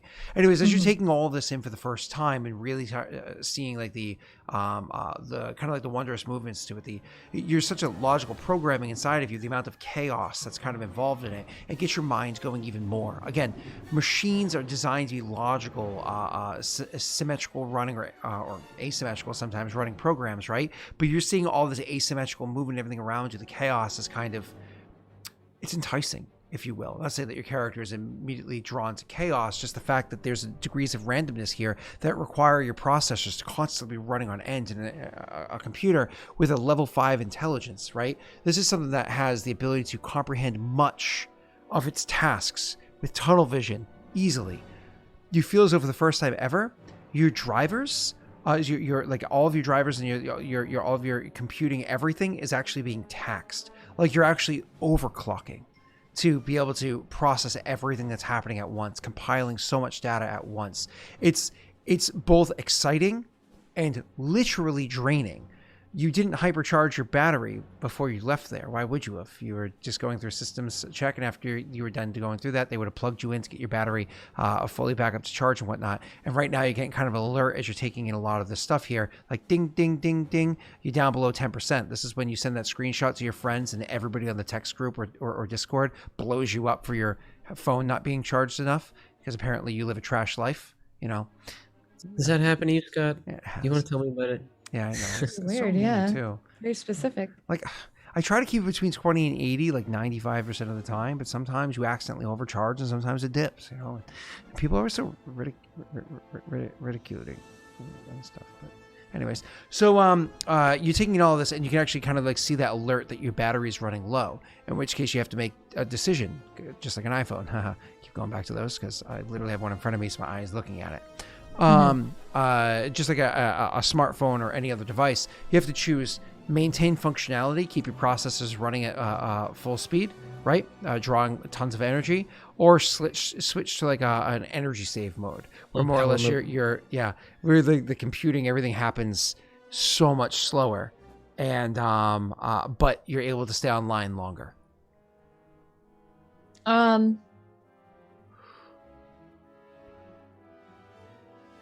I'd probably go. She wouldn't want to, but she'd probably go into energy saving mode just because she thinks that for now she probably needs to work on like helping him install this piece into his ship or whatever later. So she wants to conserve the energy for later. And assumes that maybe there's something there that could like that she could recharge with. For now, that's probably what she would do. Perfect. So with your energy save mode, kind of switching over to that, this really comes to the realization, like, oh no, I'm actually, my system right now is, for the sake of narrative purposes, it's at 13 out of 14 max strain. I know I said don't worry about that earlier in the session because that's what I care about for mechanics, but that's really like feeling this like high strain on your character because the battery is low and so on and so forth, right? Anyways, you switch to conservation mode as opposed to staying up there, and while you may have done that many times before in the past, you have like a logging of this. It's the first time I made that choice. And I imagine the reason why I made that choice is because you mentioned the survival aspect of it. R2 units have no survival programming built inside them. Protocol droids have no surviving protocol built inside them. The mechanics droids of like the I think that's with the eyepiece or whatever that you have, they don't have any survival. But once again, you have that assassin droid programming built inside of you. They have, unless they're super on point for completing a very specific task where survivability is not as important, it's not priority. Survivability is actually super focused because if somebody gets their hands on your non-destroyed unit, if you didn't self-destruct, then you would need to be able to continue to act later on. So they'd be able to get lots of information. So you need that survivability built in. So utilizing, once again, kind of like leaning towards that Assassin series protocol, you switch to survival mode and you continue moving forward. Messy, this is where your character, Pride, comes to the realization, oh, it's not responding to me anymore. It's choosing to kind of like funnel out the statements that you're saying. It's kind of like having a conversation with your PCs for too long or your spouse. All of a sudden they're nodding, but they're not there. What do you say? What? Whatever you say, man. Yeah. Can you respond that back to me? I'm nodding. Yep. Could you repeat back to me what I said? Actually, I don't want you to repeat the words I just said. I want you to repeat the meaning to me. Droid low battery, and I don't listen to you anymore. Yep. That's repeating the words. I don't believe he's listening. God damn it. No, so you so anyways, you guys finish making your way there. This time you having to suffer through the awkward silence, occasionally you trying to pierce through it and unsuccessfully doing so. You come up to the docking platform where you are, and you did not pay immediately when you docked with your ship because it's meant to be if you dock quickly and leave quickly, you don't have to pay any docking fees, which is a good thing. It's one of the reasons why you came specifically to this location. You po right now. But you get a free part, so things to look it up, huh? You come back here, and as soon as you get to the docking thing, you remember how long it's been since you got here, because now you're walking with a slow-moving droid that was moving quickly before, but it's moving slowly. You spent too long finding the location and got in a conversation when you wanted to quickly find a part and get out. So you're all of a sudden you're kind of like walking over and checking the time as you walk up there. You're like, shit. I'm several minutes past like the free parking time frame here. I got to get straight to my ship. And I imagine you quickly make your pick up your pace to get over to where the ship is so you can immediately get it online. Walking up to your ship, it's a small ship. It doesn't have any particular, it doesn't require anything more than one pilot, one crew member to make it function perfectly fine. So you go over there and you drop like the lift, and the two of you are able to make your way on. You put in the security pass, open up the airlock. You guys are able to get back on there, zero issues. Immediately as you step on the ship, Rena, even though your batteries drop down by a percentage or whatever it is, you would notice like kind of like a ding come on in your mind saying you probably want to go high power mode to find out where this needs to go and so on and so forth. Right. So all of a sudden you immediately come back online and can turn towards Messy's character and say or ask. Could you show me where the yeah, it's just very and she probably doesn't have much volume control either. It's probably like kind of loud, like when she doesn't mean it to be, but she doesn't really know. She just wants to make sure you can hear. Could you show me where the location is that needs fixing? Yeah. Actually, you take this, and he'll hand the conductor to you, and you find it. because you can. You And know it's specifically for the nav computer too. It's in the nav computer. You find it. I'm gonna be right back. He's gonna go find the meter that's ticking. So the meter, more or less, it's going to be to your ship, to your actual device, like the transponder code that you have. They would, as you landed, you would have to give you the transponder code. So as you go to leave, it would be one of those things that almost like triggers, like almost if you're leaving a parking garage and they have like a thing that pops down. It's like insert your ticket, except there is no insert your ticket thing or anything like that. And it has been so long that they would put the you can ground ships in Star Wars. They ground in one of two ways.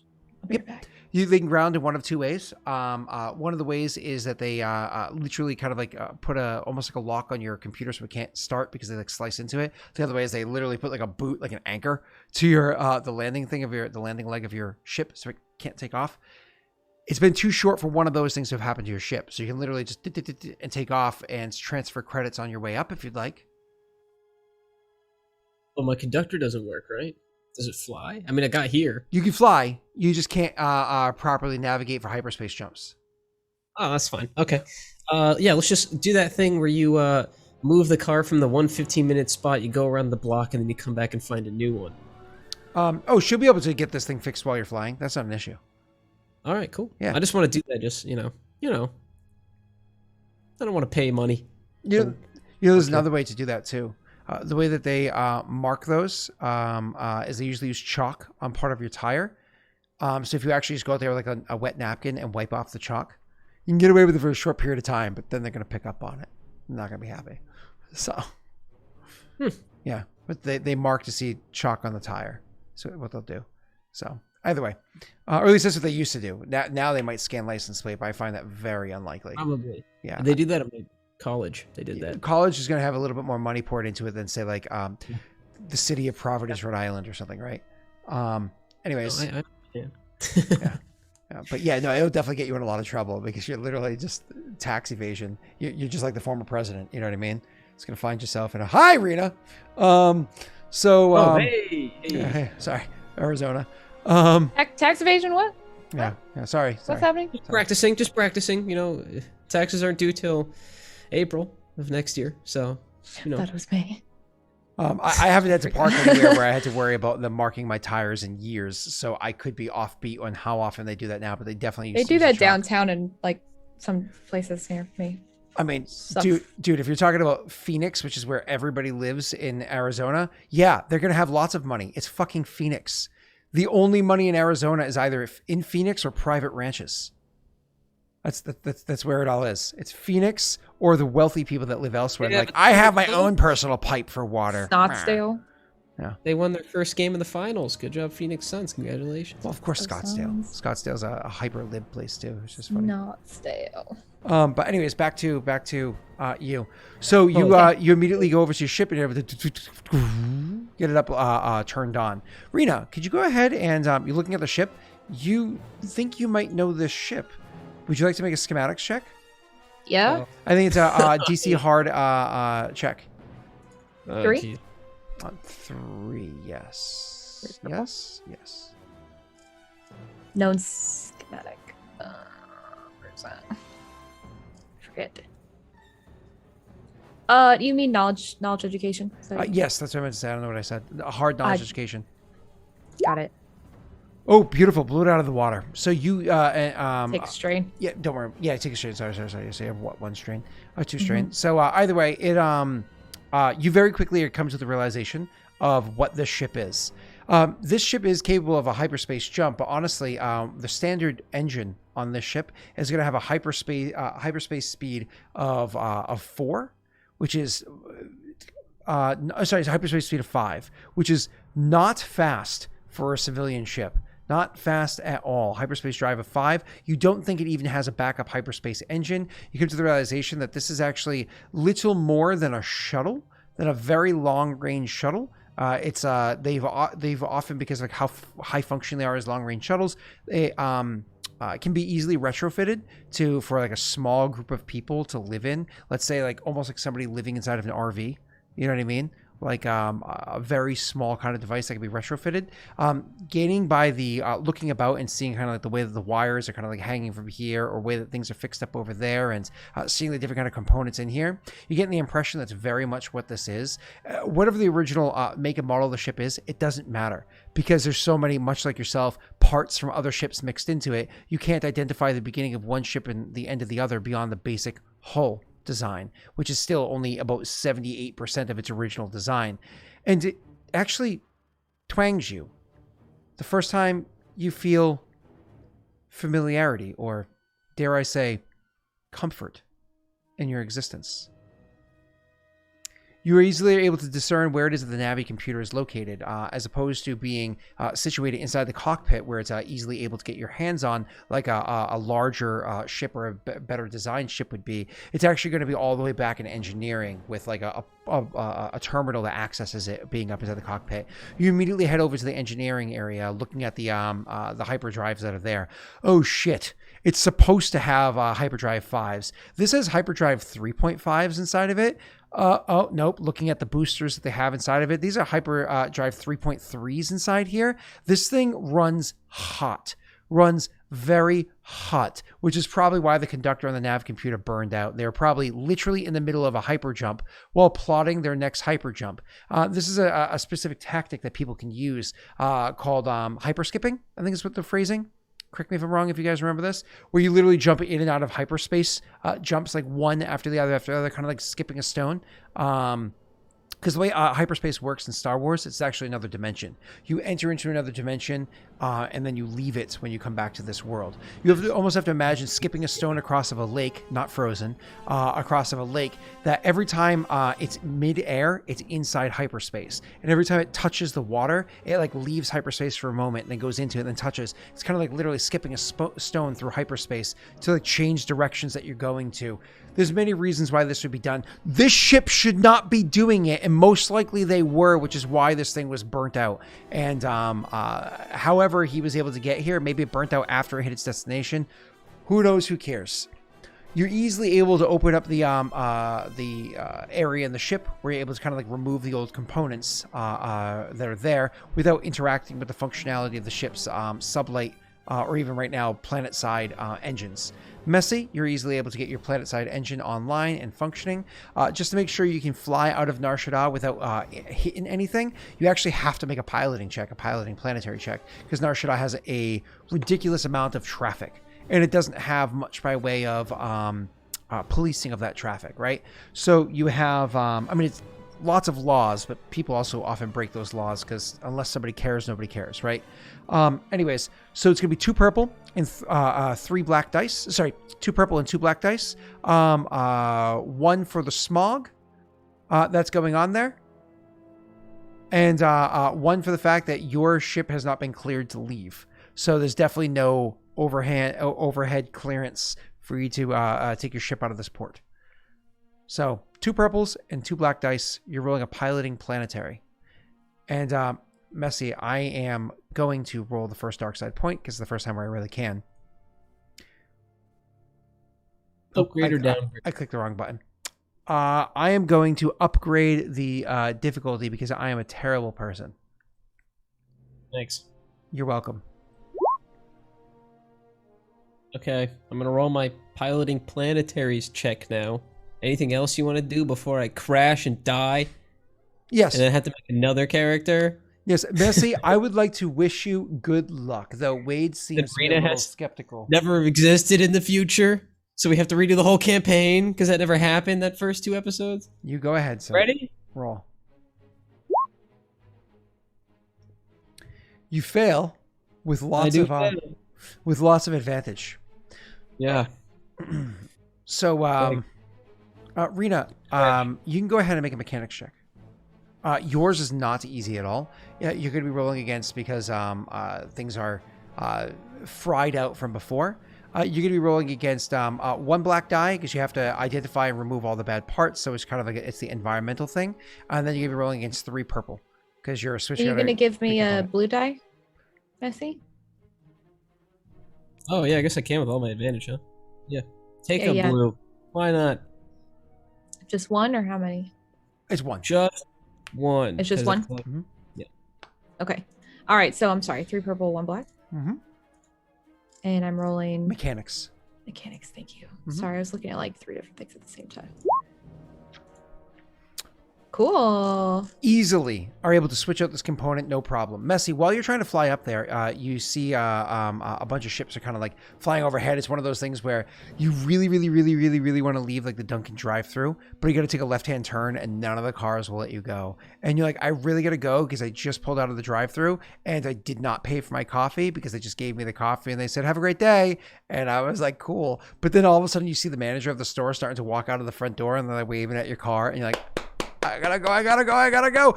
Which, speaking of, all of a sudden your comms light up, a little ding that says there, and it's like saying like the transponder code of your ship, whatever it happens to be. Transponder code. This is Tower A17 calling over to you. I was just got pings that you haven't yet paid your toll for the amount of time that you stayed here. If you can just go ahead and wire over. It looks like early departure without announcements, and it looks like you're going to have to wire over 750 credits. Thank you. I'll await your response. Look, turns it off. Missy, can you go ahead and roll me a check this time with one less difficulty on there, as you've had time to kind of like analyze it? I can roll it with 3 less difficulty on. Oh yeah, how's that? I have a passive that I don't know how to put in the chat. I don't think I can. What is it called? It's called Skilled Jockey. What does it do? Remove 3 black die from all piloting, planetary, and piloting space checks the character attempts. You could have avoided this whole scenario. I forgot Okay. to look at my skills. So remove your 2 black dice that are on there. And honestly, you should, for piloting planetary and piloting you should literally write -3 BLK, is I think what you write in the modifier area on your character sheet, and it'll do that for you automatically in the future. So if I tell you something and you forget, the sheet does it for you. -3 BLK, just like that? I believe so. Rena, check your sheet. You have one of those on your sheet as well. See if there's a space or not. What is it? I'm sorry. -3 BLK or something like that. You have one on your sheet. Under skills? Yeah, under skills over here. I'll just put the 2 black. I thought it was your sheet. It could be wrong. Either way, Messy. So I don't think so. Yeah, I don't think so. Messy, don't worry about it. So just make sure you remove the black die, and we'll figure it out afterwards. So Wait, back. No, I got it. I got it. Hold on. You're gonna roll just like 5 black dice and nothing else, and to test it. It's 1. Okay, so that's a modifier of plus, so it's -3 BLK is 1 word, I guess. Let's try it. That work? Yeah, that actually absolutely works. Perfect. Yeah. There you go. So you are able to make this check again, and this time you hear that thing and you go click, and right after you click it off, you immediately go flying up there. So Rena, you feel the engine kind of like really kick in as it's starting to get enough power to lift this big hunk of metal out of Atmo. So it can really start to break up, and getting out of Nar Shaddaa is not an easy thing to do. The atmospheric pressure on Nar Shaddaa is greater than that on, say, like Earth, right? Even though it's actually a moon, so it's not particularly large, the pressure up there is great because of the amount of smog that's there. So it's like if you've ever gone into the first time you go to Nar Shaddaa, the first time anybody experiences it, it's kind of like if you're in a swimming pool and you're over not quite the deep end, but over in like the maybe like a 5-foot deep area or of a swimming pool, and you sit all the way down to the bottom, kind of like the pressure that you feel on you. That's kind of like how it is until you get accustomed to Nar Shaddaa's atmosphere. It's very uncomfortable. It almost feels like things are almost like deafening, almost like there's a small ringing to you. People's voices almost sound like they're from Peanuts. What's that Charlie Brown people call it? Because of it. Yeah. Exactly. So either way, you can feel there's a lot of burn happening to get this thing up and out of Atmo. But the other thing that happens to you while you're kind of like sitting there and you're almost done finishing it up, and you got to get this job done, doing it very skilled as you see there. All of a sudden you see like the lights inside the engine area flick from the typical light that they are to a red light that's blinking a little bit. Luckily for you, as a droid, you have all sorts of different light spectrums that you can see in relatively easily. So the blinking red light does not interfere with the precision of your work, whereas a regular person, that would probably really aggravating and terrible design. Anyways, And as it's happening, you kind of like look over and see what's going on. By stopping for a moment to insert your port into your little dongle into one of the ports to get a quick analysis, you see the computer is giving a locked alert happening. Locked, like locked where? Like a Just target locked, lock, like a target locked alert. I assume comms are nearby or comms are on. Yeah, so you can, with you plugged in, you can automatically access it there, or you can walk over to a physical button press comm that would immediately speak to either. There's two different buttons because you're in engineering. You'd have the cockpit button. Well, I should say there's buttons for each individual room from engineering, as well as one that hits the entire ship. There's not many rooms here, mind you, but cockpit and engineering will both have that. Go ahead, Rena. She'll access comms, maybe just through wherever she is because she doesn't really want to move away from what she's doing, and say, I'm picking up that the ship is being targeted. Messa, you had just broken Atmo. You're now in the you're technically in like low orbit. So technically you're in like the highest reaches of the atmosphere, right? But you're in low orbit right now. This is at the point where if your machine's up and running, you can actually quickly do a nav check, and in the next like minute or so, you'll be able to jump into hyperspace if you need to. Go ahead, Messi. 1 second. Sure. Okay. But I can't jump into hyperspace because my thing's blown up, right? Well, she's almost done fixing it. You don't know how close or far she is from fixing I it. don't know. She's fixed it. Okay, so let me come back. Okay, I can make the jump in 1 second here. Are we good to go? Rena, you know you've got maybe like 30 seconds of repairing to finish the job. You stopped because you saw the red lights. Give me 30 seconds. She'll pop off comms. I can buy 30 seconds. How the fuck am I gonna buy 30 seconds? And he'll put the thing into throttle like all the way up, and he'll just like start flying and be like, come on. So because he's in the upper reaches of the Atmo, there is a little bit of a grav feel as all of a sudden he hits that like full throttle bit, which actually isn't that a check to hit full throttle? Is that an ability? Check out your abilities real quick. So anyways, as he's hitting this, Rena, you actually feel your character be like, oh shit, because one of the downsides of the unique type of foot that you have there, is it doesn't have much grip to it. It's really good for like speed and grace and whatnot, but in silence, but it doesn't exactly like hold on to things. It slides, right? Right. Forgot about that. Yeah. It says to make a hard piloting check. Is that 3 purples? Yes, sir. Perfect.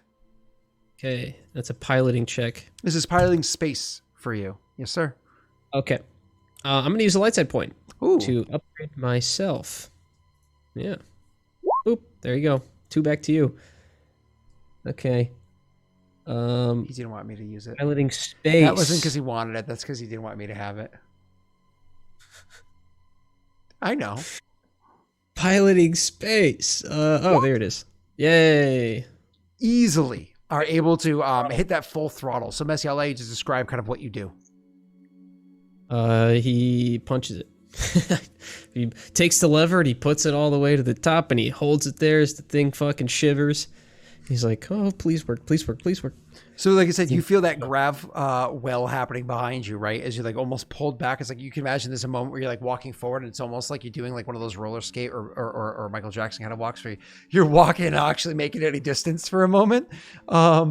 So either way, you're take a couple steps that way and you stop and you look and you're like, huh, as the speed's increased. You make your way eventually over to the thing and you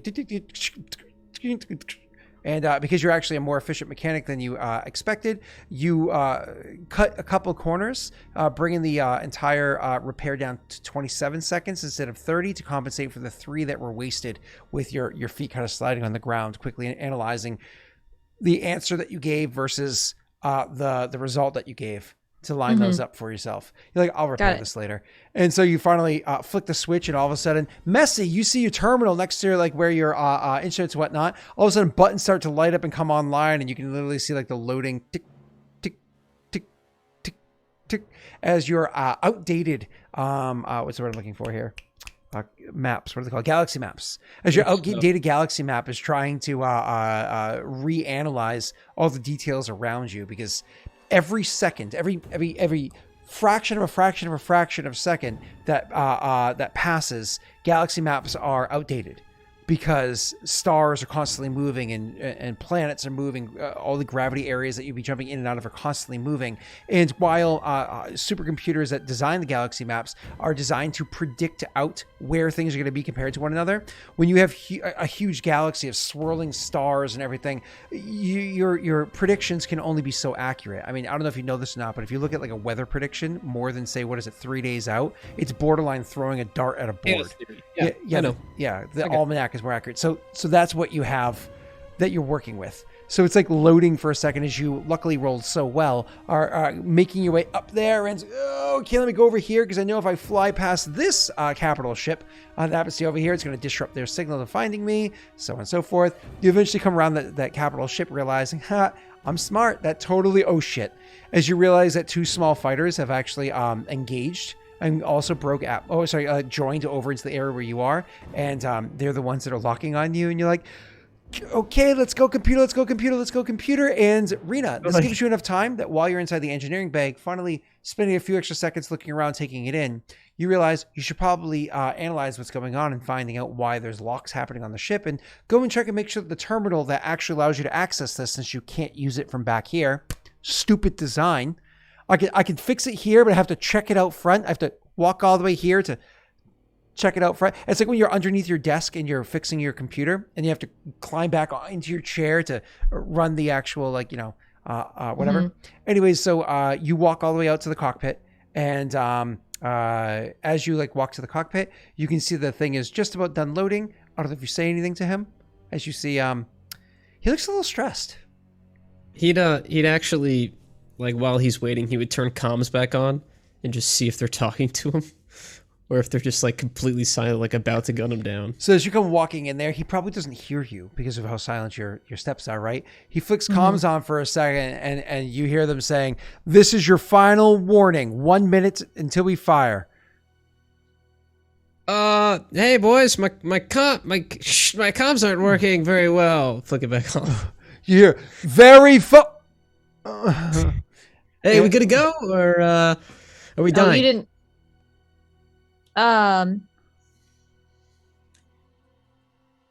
Faster, come on. Yeah, no, sorry. I'm gonna explode. Hyperdrive is repaired. I've come up to check the status of it on this end. And as you look down, the terminal came completely online. The system's doing it's done doing this tick tick tick tick. You see a little scrolling of a bit of code coming across your very old school looking screen that happens for not even 3 seconds, and all of a sudden it's ready for an input. Where are we headed? I don't know. Something isn't specific. Oh my god. I'm thinking of planets. What's you can stay inside hut space. I don't think I know. Stay inside hut space. Tatooine is a perfectly fine place to go. Okay. Is it far? It doesn't matter. It's Tatooine, please. Okay. I'll pull it up on the Rena, you're going to go ahead and you're going to have to roll, because Tatooine is within hut space, but you're using an old map here. Because using the old map, you're going to have to, but it's nearby. You're going to roll me 2 black dice. But Tatooine is so close, and it's right on this hyperlane that's here. There's a major hyperlane. It's going to be 1 purple die with 2 black dice. And you're going to go ahead and roll a astrogation check, please. Oh, I was about to say something, but you rolled before I could. I'm sorry. I didn't do that on purpose. That was me just trying to do it quickly. Sorry. It's kind of a thing in this game, is click before he says something. Well, it's too late now. So you, I don't know if you know this. Oh, you probably don't. 1 success means you succeed. Advantages when you're doing hyperspace jumps. It actually enhances the amount of time that it takes to get there. So it actually reduces the time, so you can actually save in supplies and fuel and so on and so forth. So anyways, all of a sudden and messy. We're talking I think extra successes means that you can plot it faster and the extra advantages is you can get there faster. It's a better course. There we go. Messy. So you see, literally reaches down and you see this weird little dongle come out of its arm, and it inserts into a part of your ship that you didn't even know had an import, like an input port, and just kind of shoves it in. And we're talking fractions of a second later, all of a sudden, light turns green. Oh, so go. Okay. Button. I don't know. Aren't you going to reach overhead and do the... Yeah, you gotta put it in. You have to put it into hyperdrive. Yeah. So he'll reach and he'll grab it with one hand, and then he'll stand up and use two, just go like throw it forward really hard. I imagine it's like stuck for a second, and he's like, no! And he's like throws into it. Unceremoniously flops forward onto his like dash afterwards, like, ugh. And you can see like the streak starting to happen, like, as you guys jump into hyperspace. Escape complete. Yeah. Okay. How long? We're in hyperspace for a while, right? That's how it works. Yeah. I mean, honestly, no, where you're going to is pretty fast, and she did a pretty quick jump. So I imagine you're like, oh, and you look down at the timer, and you're like, oh shit, I'm about to get there, and we're talking an hour and a half. That is that no, not even an hour and a half. My apologies. You're about to get to what's it called, Tatooine, in like 30 minutes. That is the fastest jump to Tatooine from Nar Shaddaa that you know of, that you've ever been on. Go ahead. 4 parsecs. Yeah, he'd with this engine, I should say.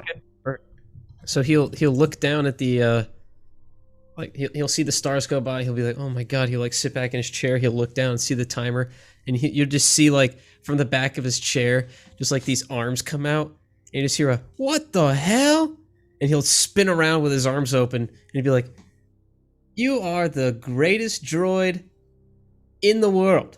All the worlds, all of Hut space.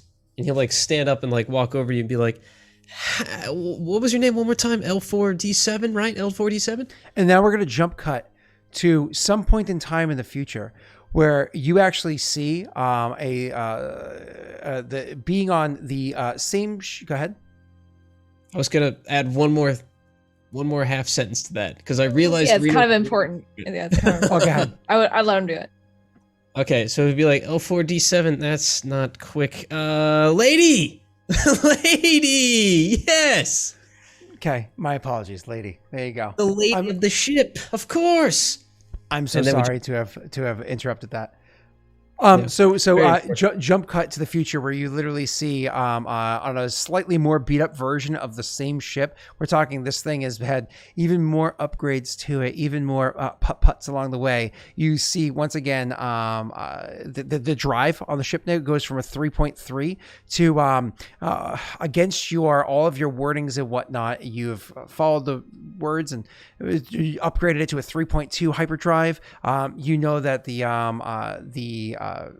restroom that you have there, much against his will, you've broken down half of the restroom space, so there's literally enough space for a toilet. You now have to wash your hands in a different room than the toilet that you have to use as you converted that into an additional cargo area because it's more efficient, and like different modifications have happened along the way. Anyways, you jump cut to him standing there. He probably has like a little mustache, or no, just kidding. Jump cut to him in the future, different outfit, so on and so forth. You with a few more scars and markings and whatnot on you, but also much more heavily branded towards the coloration, everything you like. A couple of your little plates of your body having been switched over the years that you've put them on yourself. And he's like, lady, the best droid in Hut space. Come on, you know this is the best plan. And that's where we're going to pick back up is him using that same damn line again, as he did when he convinced you to stay on the ship before and that you totally weren't doing anything wrong. This is once again you guys returning to Nar Shaddaa as you have many, many times beforehand. Always being smart enough to choose a different port to land into. Luckily for Pride here, Pride used to have to try to keep track of and always forget which ports he shouldn't go to. But luckily, as he was going to land in this time, as he went to go pull into a port, lady said over the comms, "You're not visiting port number da da da da da" before, and he's like, "No," as he moves over immediately to a different one. So, anyways, taking a detour. Pulling into Nar Shaddaa, him standing there talking to Lady about what it is that you guys need to do. This port, just so you know, Messi, is the one that's over near to a ghost town. One of the areas where you know that you're going to be able to lie low for a little while. And as you came in, you flicked off your transponder code, which sets off alarms, but at the same time, you know, people don't ask questions yet, but they eventually do. So you flick it off. You land the ship where you need to, and immediately you're saying that as you guys are walking out of the ship to make your way over towards where the ghost town is. So is this a pickup or a delivery, Scott? This is you plotting the course of the next action you guys need to take. The next big job you need to do. Go ahead. Okay, just checking. Oh, sorry, I didn't know you were done. I was just asking. Well, we're here. You got everything you need? You charged up? You ready to go? No? You know I always am. Yes, okay, good, yeah. But Gil, tell me again how this is exactly the perfect plan. Pride. You know that. This is the, well, I mean... That's not what you told me when we met. Yeah, I know. I know, lady. But you're lady, not L4D7, and I'm Pride, not Gil. Don't tell people my name is Gil. Right? Right? Okay, yeah. I'll try.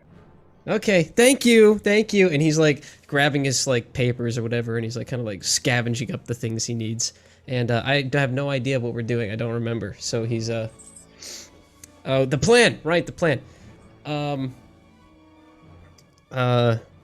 Okay, so you don't like my plan? Is that why you brought it up?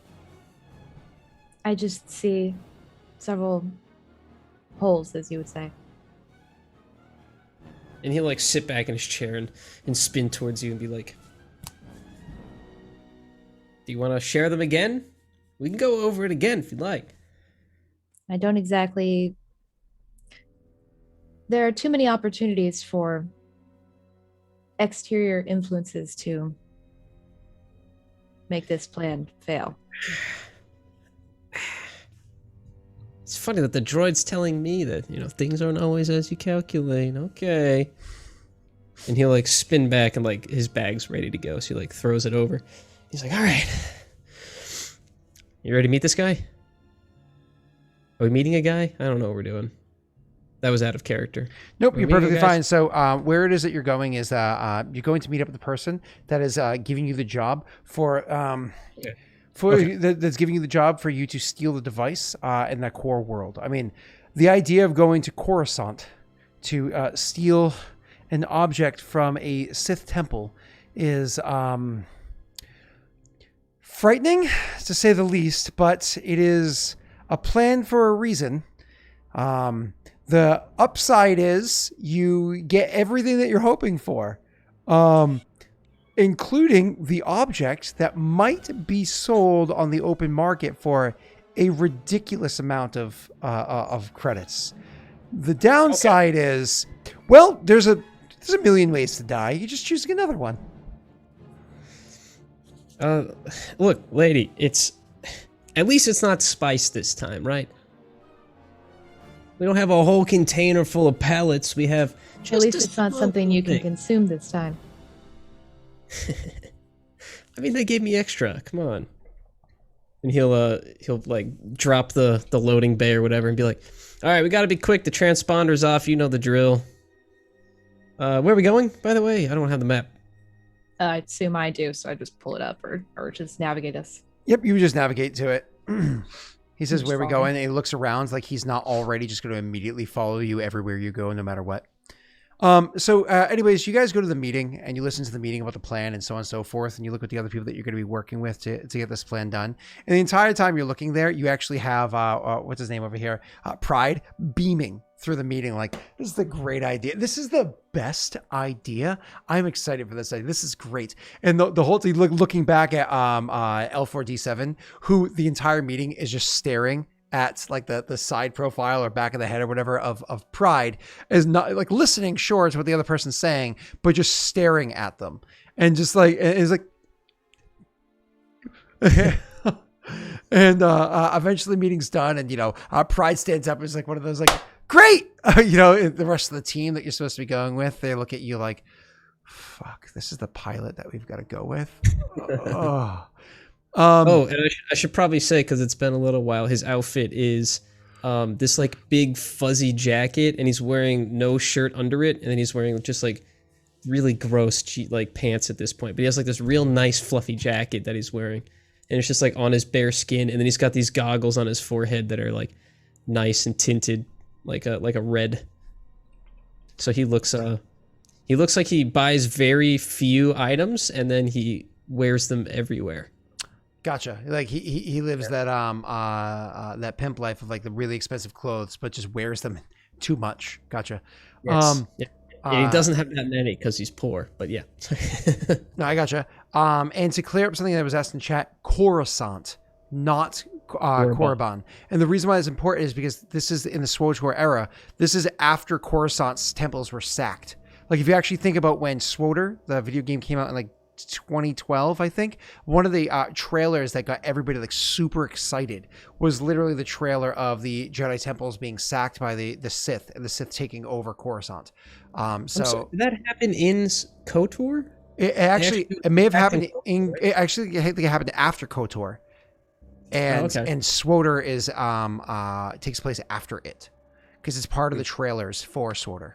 So, anyways, continuing on. So your characters listen to this whole meeting and everything, and so on and so forth. And the best part about this mission, Messy, is you don't have to fly your ship. You get to leave your ship here.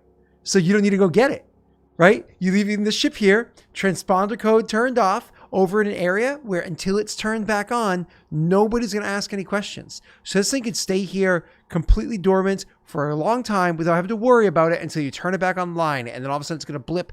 If they even have in their records that there's a reason to blip for that transponder code, it won't blip on anybody's records yet. They'll just be like, wait a second, that thing was off and here, like it landed here and stayed undetectable for a long period of time. What the fuck was it up to? Like that's something that people might look into in the future. You're able to do your mission and go elsewhere. The good news is that you have a much better ship to fly. The good news is you actually have a pretty decent sized and competent crew to do it with. The good news is everything is going exactly according to the plan that you wanted to. The bad news is you can't bring L4D7 with you. The bad news is everything's going exactly according to plan.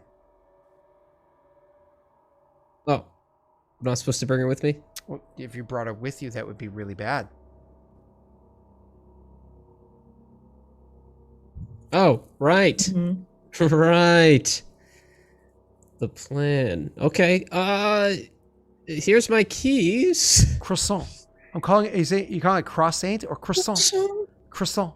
I want a croissant. Sammy. It's Coruscant. That was Coruscant. There's a T at the end of it, right? Coruscant. Yes. Yeah, I'm almost positive it's Coruscant. Coruscant. I gotta look. Yeah, I'm not crazy, right? Jimmy's mom. Yeah. Croissant. Yeah, not croissant. I should add that to my soundboard. Croissant. Mm-hmm. Yeah. SW. Hey, Scott, I added new sounds to my soundboard. Do you want to hear one of them? Just one? Sure, go ahead. All right. How did I know it was going to be that one? That's pretty funny. Yeah, thanks. Me when I see a ghost in Phasmophobia. Yeah. It's Coruscant. Oh, it is Coruscant. But no, the SC is not, it's not pronounced scant. It's sant. Yeah, no, it's not pronounced scant. It's spelled scant. Yeah, it's spelled Coruscant, but it's Coruscant. All right, I'm just making sure I'm not crazy. I love how it says pronounced, and then the characters they use to pronounce it on my I'm gonna see if I can copy and paste this into chat. That's what it shows for how to pronounce it. Can't read that. I'm like, thanks for the guidance on that one. I have a question. I'm gonna message you. Sure, you go ahead and message, and I'm gonna push on with the story right after I I'm gonna push on the story while I wait for you. So anyways, so the you guys are supposed to be going there, and unfortunately L4D7 is going to have to stay behind. So, Rita, could you, I see that, but can you go ahead and put that in Discord, please? Yeah. Sorry. Yeah, just copy and paste it into Discord so it's easier for me to read because I don't want to open it and screw up everything on Zoom. And thank you. So anyways, you're going to be able to go on this mission. So Messy, because you're literally going to be leaving with them to go on this task. You're probably going to want to say some words to her before he goes. So why don't you say your words to her? Okay. All right. You're in charge of the ship. Aren't No I usually? soda past 9. No pretzels. Those are mine. And if your little brother calls me at 2 in the morning asking where all the toilet paper is, you're going to be grounded for a week. Gil, you're the only person I know. Pride. Hi. So You'll hear her just say, Brandoshan. pride. you see a Like in a really Gamorrean standing there monotone, looking at you like he's hungry. And she says, pride. Like the most disdain you've probably heard in her voice. It actually hits like that robot voice. It's like, pride. Yeah, pride. Yeah. It's like really weird. Okay. So you remember the plan, right? I have memory that is eternal in some places. I hope so. And he'll be like, if this doesn't work and I live, I'm putting a bolt in you. Can't believe you would say that. And then she'd put something in your hand. What is it? It's like a small kind of mechanical piece. Like you don't really like recognize it at first. Seems almost like a trinket, like maybe a bracelet or a necklace. Like you're not really sure. Hold on. It's a trinket. Is it a No, bracelet or a necklace? Okay, I guess. Sorry. You gotta describe this for us, Rena. That was my brain like thinking about it. It's a necklace. It's a necklace. more Okay. sense. Oh, is it like a heart? No, it's a rectangle. Come on. It's fucking modern as shit, dog. Maybe. It's like really Is this cool. Pandora? No, it's Jared. Oh, that's funny. Actually, it's Can Kay. I identify it? Is it identifiable? Yeah, it looks like a small trinket. Oh, thanks. Do I know what this is? She'll just say, do not remove this. Okay. I must remove this. And he'll Do like not remove this. just like look at his pants and just like put it in his pocket and just like stuff it down and be like, all right, it's in there. You could tell she's not satisfied, even though she has no like physical emotions. You could just tell that she's like, yeah, she might like turn her head to the side, like, no. Okay, well, what do you want me to do with it? Don't remove it. And then she'll reach for it and actually put it around your head. Okay. I can imagine the clasp that is on there as opposed to being like a typical necklace with like a lobster claw or whatever it is. It's actually like a little clasp that's on there that when she puts it around your head, it's too small to be able to get off your chin or your ears. So it's actually not quite a choker, but it's like a smaller chain than maybe you would normally want to wear. But when she puts it around your head, like her finger kind of like opens up and a little device comes out and like does like the locking mechanism for it. So it can't just be like open. It's actually like locked back there. So it's like, God damn it. Like in the future, if you're like, as soon as you walk away and you're like, oh, this thing's ugly, and it's like stuck. Supposed to take it off and he can't. Yeah. All right. Okay. All right. Couldn't if I tried, apparently. I will watch the ship and follow the plan. And she'll just like, you know, kind of look to the others, like nod as if like, okay, ditto people, whatever, and then go to head out. Okay. When I get back, we are going to be rich. So don't break anything, because I don't want to spend my money the day I get it. Thanks. I'm expecting money for new parts. We're gonna bolt. He'll turn and walk away. You call it money. Bye, Credits. like over his shoulder. Okay, I expect money. Or I expect credits for new parts. That's what she said. Yes, It's credits. units. Credits. All right. So anyways, yeah, he goes off. We're gonna get to you in a second, Messy, but we care more about Rena here. So that's at inclusivity, right? So Rena, your character goes to the ship.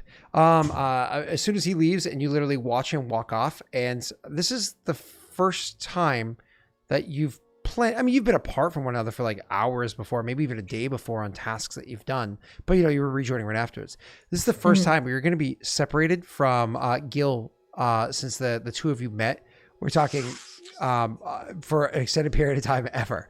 So no, I'm the narrator. I can say things like that. Archibald, your name is Gil. Rita, do you watch Archibald? No, but you said Archibald, and I have a Togepi named Archibald. Oh, really? Oh, in sorry. my Pokemon game, yeah. Well, it's dead now. Oh, yeah, he died. Yeah. Sorry. I was like, did she get the reference? No, I'm sorry. Yeah. For all you parents out there, you know what I'm talking about. Anyways, that show's actually legitimately good too. Like, it's actually like, it's not bad for children. There's so many shows you're like, it's okay, but like, but anyways, so what was I saying? So you you actually stand there watching at him as he's like walking off with the others, and like I imagine he walks up behind the Gamorrean, puts his hands on his shoulders, like, "Hey, buddy." Or actually, I don't know. Is your character a bit of an introvert with strangers, or? No. Okay, no. Walks up behind the Gamorrean, he's like, "Hey, buddy, it's gonna go okay, no touch." Walks around. Hey, your romantic addictions. All right. Goes walk away. You actually have twangs of a new emotion that you've never experienced before. You twangs of sadness. I mean, you've had calculations before that have suggested that the outcome is not entirely favorable. Any calculated outcome that is not going to range in the 90s is not something that's deemed favorable, right? If it's not like that low to mid 90s, you usually would argue that it's not a good idea to do, right? The calculations of this plan are ranging well below 1%. And so it's making you genuinely concerned based off at least the details that you have in mind. But beyond that, not only are you like, how do you have actual like sadness from him walking away, you have regret from agreeing with this decision. But unfortunately, organics, or something in your programming says meat bags, they unfortunately have this this penchant towards going with their gut, which you've been able to analyze as being following like the way that their own predictive processors are suggesting would be the correct course of action. But all of the data you've been able to analyze since you've come into your own being suggests they suck at it. Like, their processors are straight trash. They are absolutely horrible. Even their processors suggesting what processors to make to help them out are just terrible. So the fact that you've allowed yourself to be convinced into this, you have to immediately continuously shut down these different regrets that you have inside of your mind, these doubts. You actually feel your programming start to glitch for a moment as you have like those moments of just like, you have things that you need to do, but instead of immediately taking the next step of the next thing you have to do, you're just continuing to loop through this processing, or as organics would call it, dwell. Either way, several, I imagine, minutes pass of you dwelling before finally you realize if you continue to stand here, the likelihood of your own survival is also going to be dwindling. So you immediately just look around for a second, taking your surroundings, and turn and walk out of the facility. You're going to be able to head back over to your little pod, your little vessel, and just wait. Wait until it's time. Wait until you know, and until you hear the word of what you need to hear, to whisper the words that you need to whisper into the ears that need to hear it, to set the different motions in play for what task you have next. Waiting is something a droid can do very easily. They're timeless, right? I mean, sure, parts wear down over time and certain circuits need to be switched out and whatnot. Sure. But droids are timeless, in theory at least.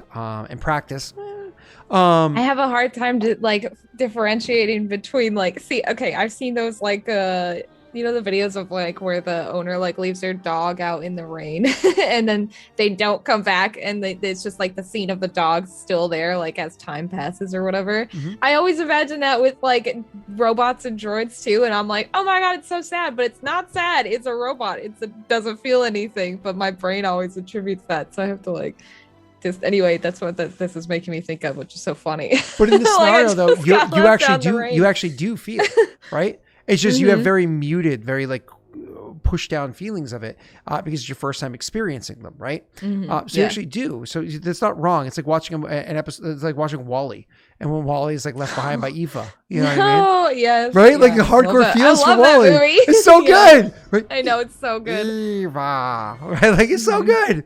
Anyway. Yeah, and it's like months or whatever, and he just like kind of goes back to doing like what he was doing before.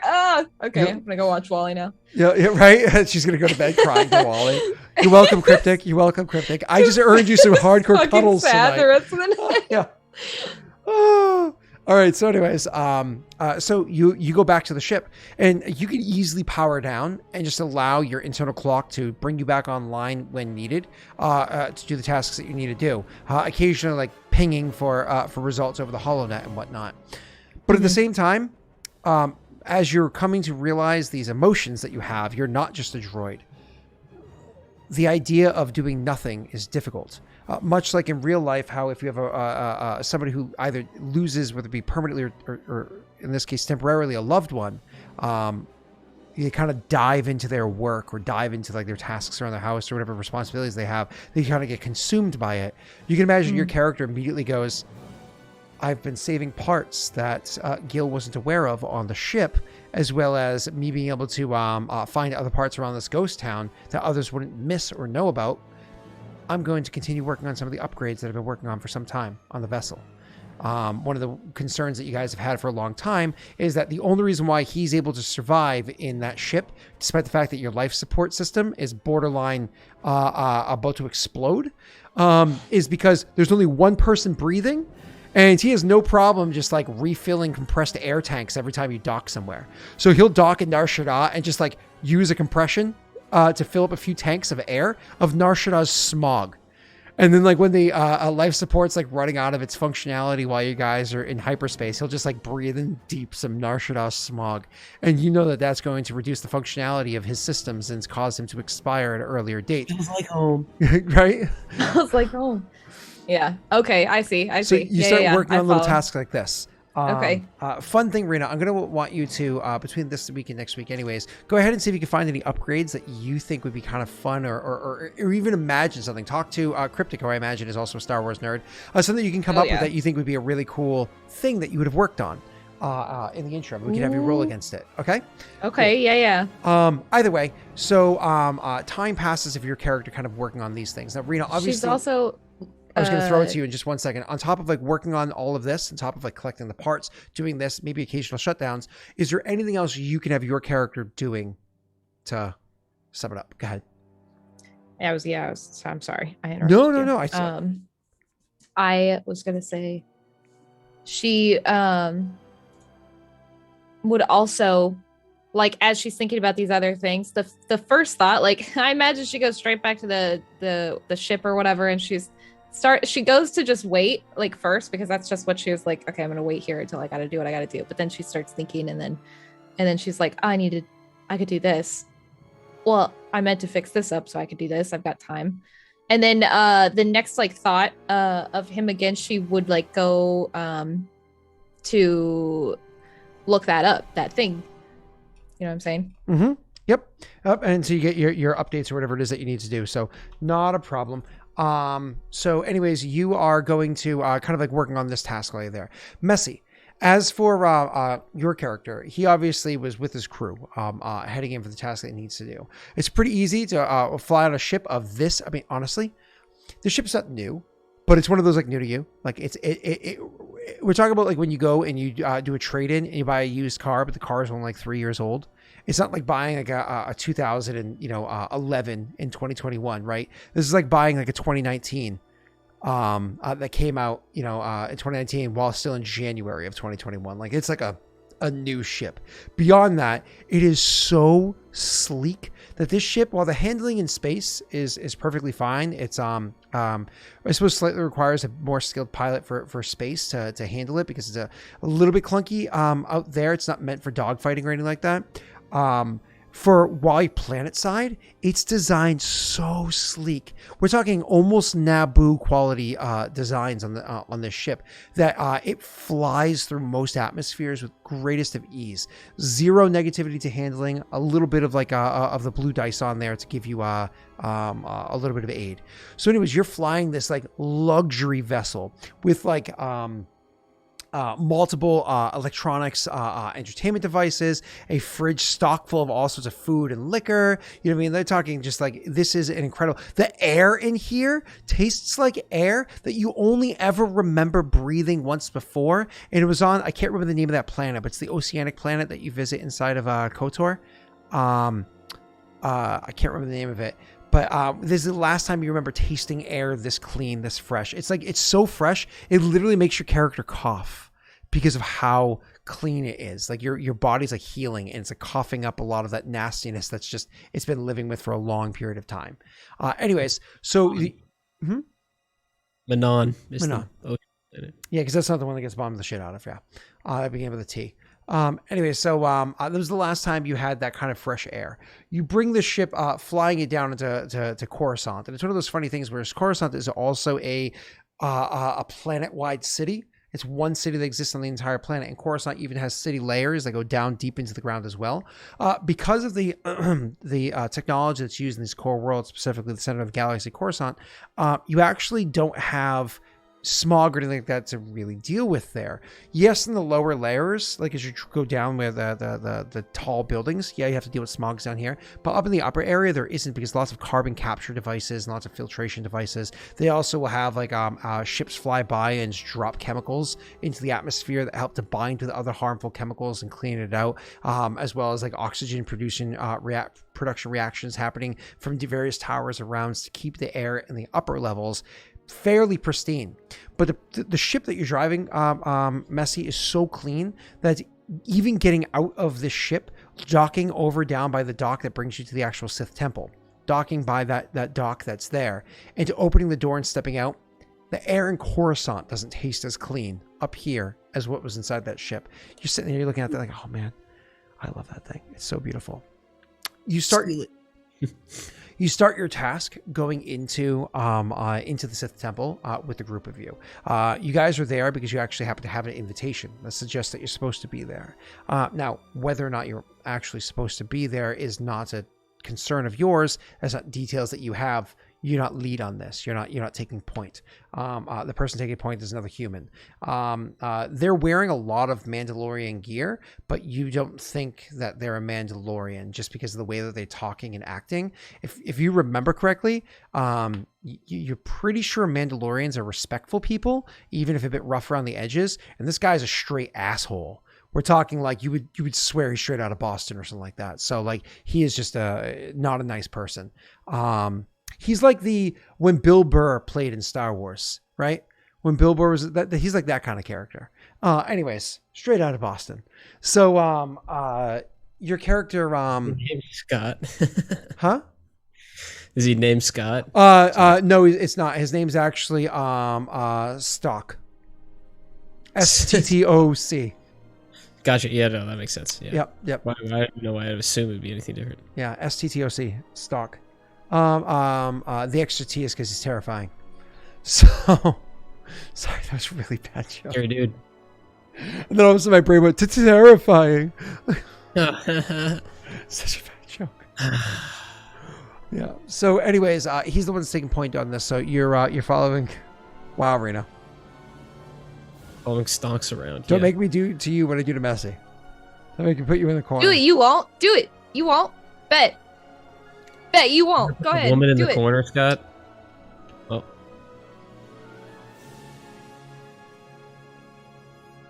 Hi, I am lady.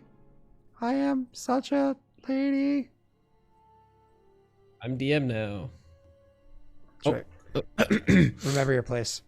I told him not to do it. I told him it was sexist. Oh, I'm sorry. What the fuck did you just say? Huh? I think you heard me keenly. If not, you can check the clips and you'll be able to find out there. So, Let's fight. Don't clip this, Chad. Now it's good. Don't clip that. Clip it. Anybody who just like pops in, I paint myself in such a negative light all the time. Yeah, Scott running for office. His campaign ads are just clips against him. Oh God! If I've talked about that before, like because Brittany actually would love for me to run for local office for certain things because we obviously agree with our views, right? We circle jerk our own opinions. Biased. Yeah, I'm biased to my own opinion, right? So, but the problem is, if anybody ever discovered any of this, which obviously a smear campaign would easily look and find very quickly that this exists. It's got a Twitter. Look. It would just be a 40-minute ad of just clip after clip after clip after clip of me saying horrible things. So, anyways, even horrible within context, to be clear. But moving on. So, BDSM guy's a Chad. Huh? BDSM guy's a Chad. There's a guy running for office that got in trouble. I didn't know what you're talking about, honestly. So, oh, you don't? No. This guy running for office, there was a smear campaign against him where they found out that he goes to like a dom he visits regularly that performs BDSM on him. So they got a picture of him like in his leathers and stuff. Oh, so he's running for a Republican office? I don't think so. Oh, really? But I don't know. That definitely feels like a Republican move right there. Like step on me, daddy. Can you wear a Trump mask while you do it? He's like 20. So hold on. I don't know. He's like, I want you to whisper in my ear MAGA while you step on me with your heels. Manhattan City Council candidate. And his last name is Wiener. How unfortunate. That's funny. Well, all the wieners we have. Wait, that's not. This can't be Anthony because you said he's young, so it's not definitely not Anthony Weiner because I don't know. Do I want to? Okay, I'll appropriately got canceled. That guy was not a good guy. But moving on. So let's push on. So your characters go walking there. Like I said, you're following behind this asshole that's wearing some Mandalorian gear. He's running point. So you're following behind him as he brings you in. You've got some sort of invitation to meet with some Sith inside there. Now, protocol inside of the Sith temples is if you're a non-Sith, you're only allowed inside certain facilities, certain very specific facilities, which is one of the reasons why, as you guys are going in, you have to run as distractions. Luckily for you, the person that's coming along with you that happens to be a mechanic is going to be utilizing a couple of self-destructing droids in very specific locations to cause issues in the different locations, as well as a little holo unit that makes it look like there's going to be that's like a fine-tuned holo device that's going to project some solid voices that makes it sound like well-renowned Jedi happen to be inside the area, all the while causing a distraction while others are going to go and collect the device that you're looking for. The warrior ones of you are meant to kind of like keep an eye to make sure that all the points that need to be watched are going to be covered. And then you specifically, it's your responsibility to go immediately in there with them. But then right as the plan is starting, to then make your way back out to the ship to kind of get things prepped onto the ship, make sure it's refueled, kind of like run things normally as you would. So kind of like you'll walk in there with them right as they're getting started. You're going to walk out and just like talk to them, pay the cost for the refueling, all that kind of fun stuff. So you go in there with them and it's starting off without a hitch. You're put into like a waiting area with a Sith that happens to be there with, the robes and the whatnot that's there, is able to meet with you. And remember, chat, this is not the rule of two modern day. There are thousands of Sith that exist. Back to game. So you are the Sith has you waiting inside a very specific area. After the person that's handling the droids releases their small little spider-like droids they have doing their tasks into the vent that leads out of the room, you then kind of given your cue to go and make sure everything's taken care of. So you go walking out and you kind of like walking up to the first Sith and they kind of give you that look like, why is it that you're leaving there? And you give your quick little excuse of, why is it that I'm leaving there? Yeah, well, leaving the room because you have your task of. Oh, I left my something. No, you're going to refuel. Oh, I'm going to go refuel it. Anyways, so you go and you speak to the... yeah, that's right. That was the plan. Yeah. The appropriate person to hand over the credits. And it's one of those things where it hurts because the amount of fuel... I don't know if you guys deal with this where you live, but if you're like in one town and gas costs X and then you're in another town, and it costs 3x.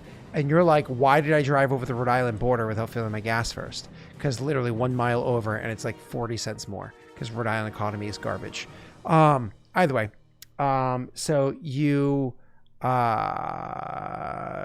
like, the amount of credits you're spending to refuel this vessel, which is a fucking gas guzzler of a spaceship, right? It just like hurts you, the amount of money you're spending to refuel this thing.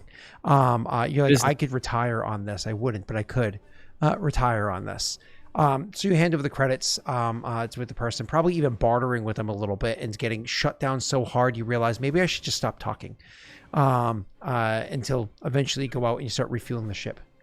Everything happens inside the temple that's meant to happen. They're doing their tasks, having the spider go around, do the little explosions. All of a sudden, you see that there's a bit of an alert happening as you notice that lots of people are moving quickly, and communications that happen on the your ship, because you have comms kind of like flicked on in case there's any like internal chatter amongst your crew on your privatized station is there. All of a sudden, everything goes like, which is a part of the plan.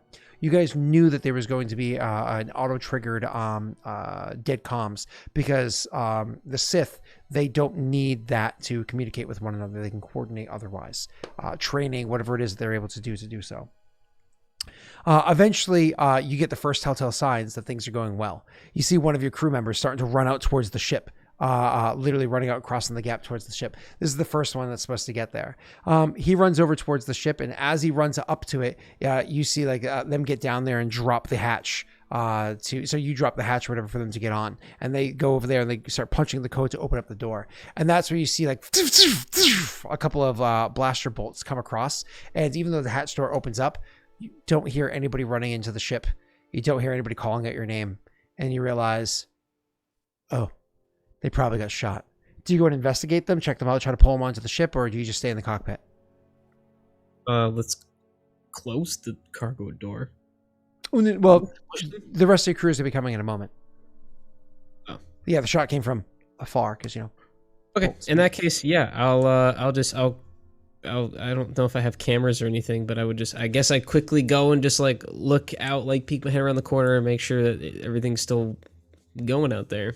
Yep, and then you can also turn on the auto guns. So a ship like this is not meant for dogfights, but it does have personalized security planet side. So the wings would have like flip out turrets, kind of like what we were talking about beforehand with the sessions 1 and 2.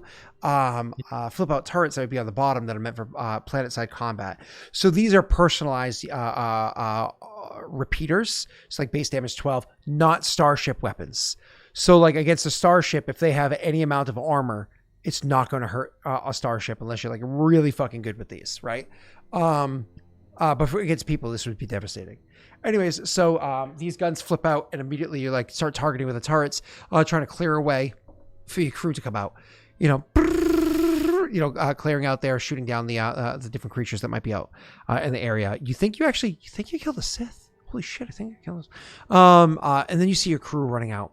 Of the crew running out, one of the other ones, as soon as as the group of the other 4 start running out, the last one of the 4 to run out is actually the mechanic.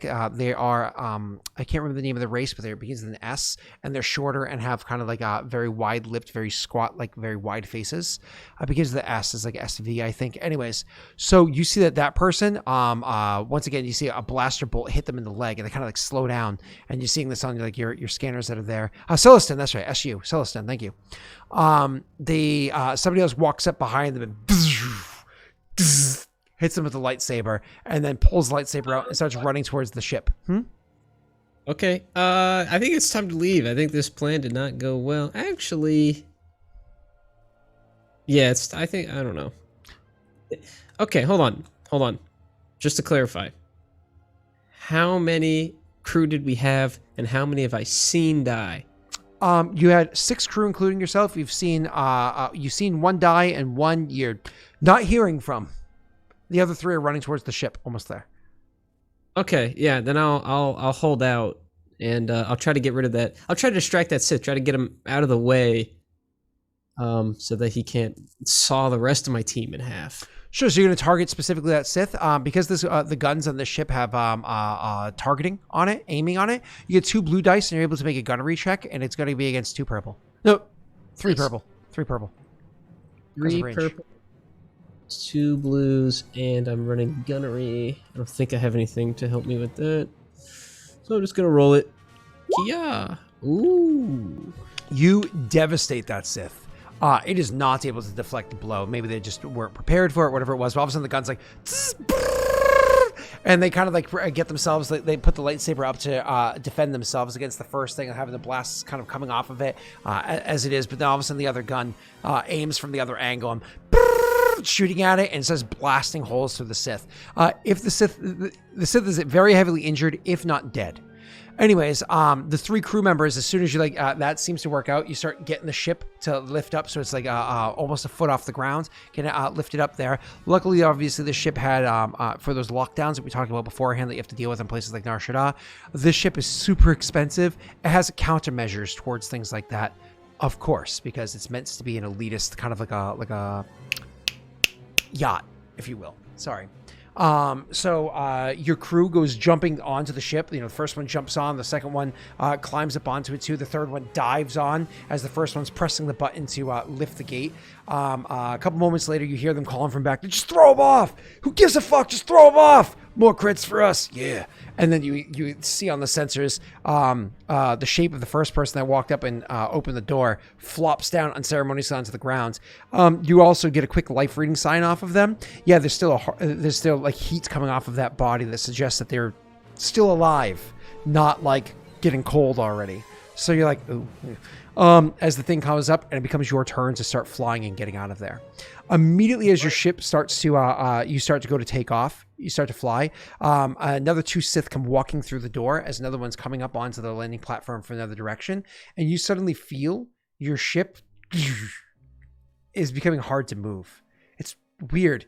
You look down and you know of Sith. You've seen them before. You know about them, right? Like you know that they exist. You know those laser swords. You know that they're trained in some like weird religion, so on and so forth. But you've also heard stories. But then like quickly typing into the camera, which focuses on them and like enhances the image that's on there, you see that the 2 Sith that just walked out the door, like concentrating very hard, holding one hand out towards the ship. And you see the other one that's coming out onto the dock area are also trying to hold out. The ship's not moving. You're not an idiot. Punch it. Go ahead. It's 3 purple. Shoot him. Well, obviously you're shooting. That's their job, though. Right now you're piloting. Their job is to hit to gunner. Yeah. 3 purple to punch it. Mm-hmm. So 3 purple plus the 3 purple I have to roll to punch it? No, or? just 3 purple. Just 3 purple. Okay. And that's piloting planetary. Mm-hmm. I remember. Okay. You are not able to successfully punch it. You try to go lurch forward, but instead what ends up happening is that the ship kind of like lurches in a funny way where you end up having to dip and pull back up really hard. And everybody in the mind's like, what the? Hey, what are you doing? Pride, I'm about to whoop your... As you hear like people clamoring around back there because you're just whipping the ship around. It feels like a dog trying to chase you at the end of its leash line. Oops. Okay. So as you're trying to do that, all of a sudden, and you're trying to like really calling back whatever it is that you are, another Sith steps out onto the out from the doorway where they were beforehand. Another one steps out onto the balcony of where they are in their temple, and then moments later, another couple are going to come out, and they're all kind of like focusing on you. And eventually, they grab the ship, and they, against the ship's will, with vibrations to it, bring it down to land, and you hear. As somebody starts cutting through the holding area. The next few moments happen pretty quickly. The first person that steps up towards the Jedi when they board the ship, try to fight the Jedi, they lose an arm and the bottom half of one of their legs. Hey, Rena, they might have one like you. Anyways, they lose an arm and the bottom half of one of their legs as they are dropped. The other 2 throw down their weapons. 2 more Sith step on board. So I can't move the ship at all. I can't drive forward, can't drive backwards, can't turn, can't do anything. Correct. Do the guns still work? Well, I mean, they still work? They might, but there's a lot of people out there. Actually, I want you to go ahead and roll me one quick little check real quick. 2 purple perception check. Okay. Let me make sure I'm at 2. I'm at 3. 2 purple perception. This is an average roll. Yeah, I realized I should have done something before, but it's too late. Perception. Okay, got it. One of the things that you notice while you're standing there and you kind of try to figure out what to do, you're like, shit, what do I do? What do I do? What do I do? You come to the realization something when the ship was lurching around rolled over by your foot. Like, you're like, what do I do? What do I do? Oh my God, what do I do? You look down, and all of a sudden you see something must have rolled over by your foot. There's a small, strange looking pyramid looking object that's there. You're pretty sure that's what you guys were supposed to get. How big is it? They're not. It's honestly not that large. You can hold it in the palm of your hands. You have to imagine. It's, you know those small size Rubik's cubes that you can put on like a. It's like not quite the ones you put on like a keychain, but the little bit bigger version of that. But you're shaving off sides to make a pyramid. Okay. Did I say Jedi? What? I thought you've been saying Sith, but I've been then saying I saw Sith the somebody entire say time. Jedi. If you said Jedi, it was an accident. Yeah, if I said Jedi, it was an accident. It's definitely Sith the entire time. Yeah. Okay. Yeah, I'll put that in my pocket. You just put it in your pocket. know. Nowhere special. I mean, I don't know. I mean, no, not. Oh, okay. Well, I know this is the thing I came for, but I'm not putting it on my ass. It's a pyramid shape. It's gonna be really uncomfortable. I didn't suggest your ass, but you could like lock it in like the console or something. Jesus. I feel like they would be able to sense it with the Force. Remember, the ship has Okay. all sorts of built-in disruptors. Okay, I'll throw it in a lockable compartment, I guess. I'm assuming it has little holdouts or hidey holes somewhere. I'll just dump it in one.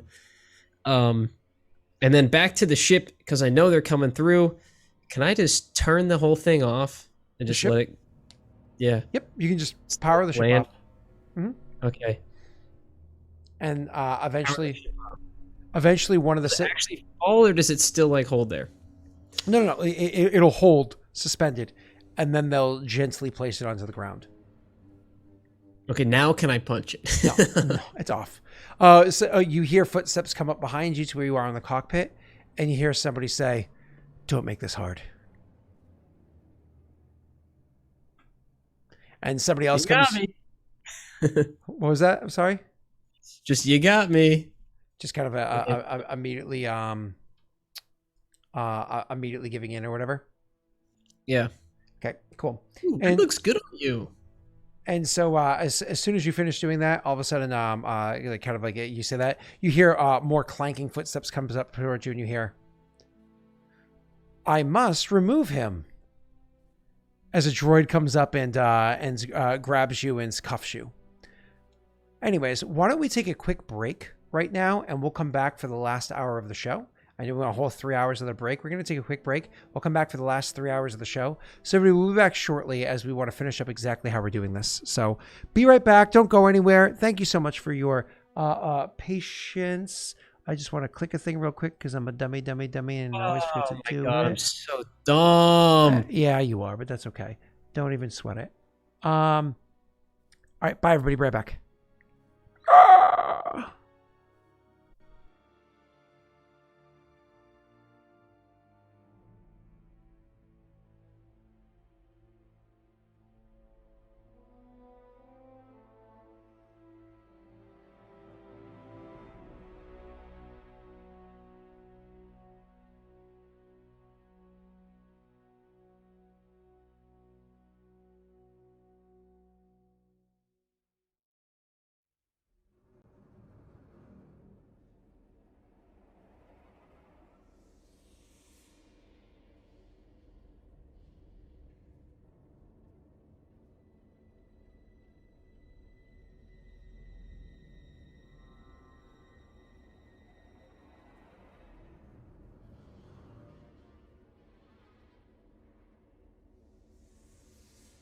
The system is FFG, which stands for Fantasy Flight Games. I absolutely love this rule set. I intend to use this rule set for other campaigns in the near future. No spoilers yet because I'm still trying to put details together, and it wouldn't be till probably September anyways. But I have plans as always. All right, be right back.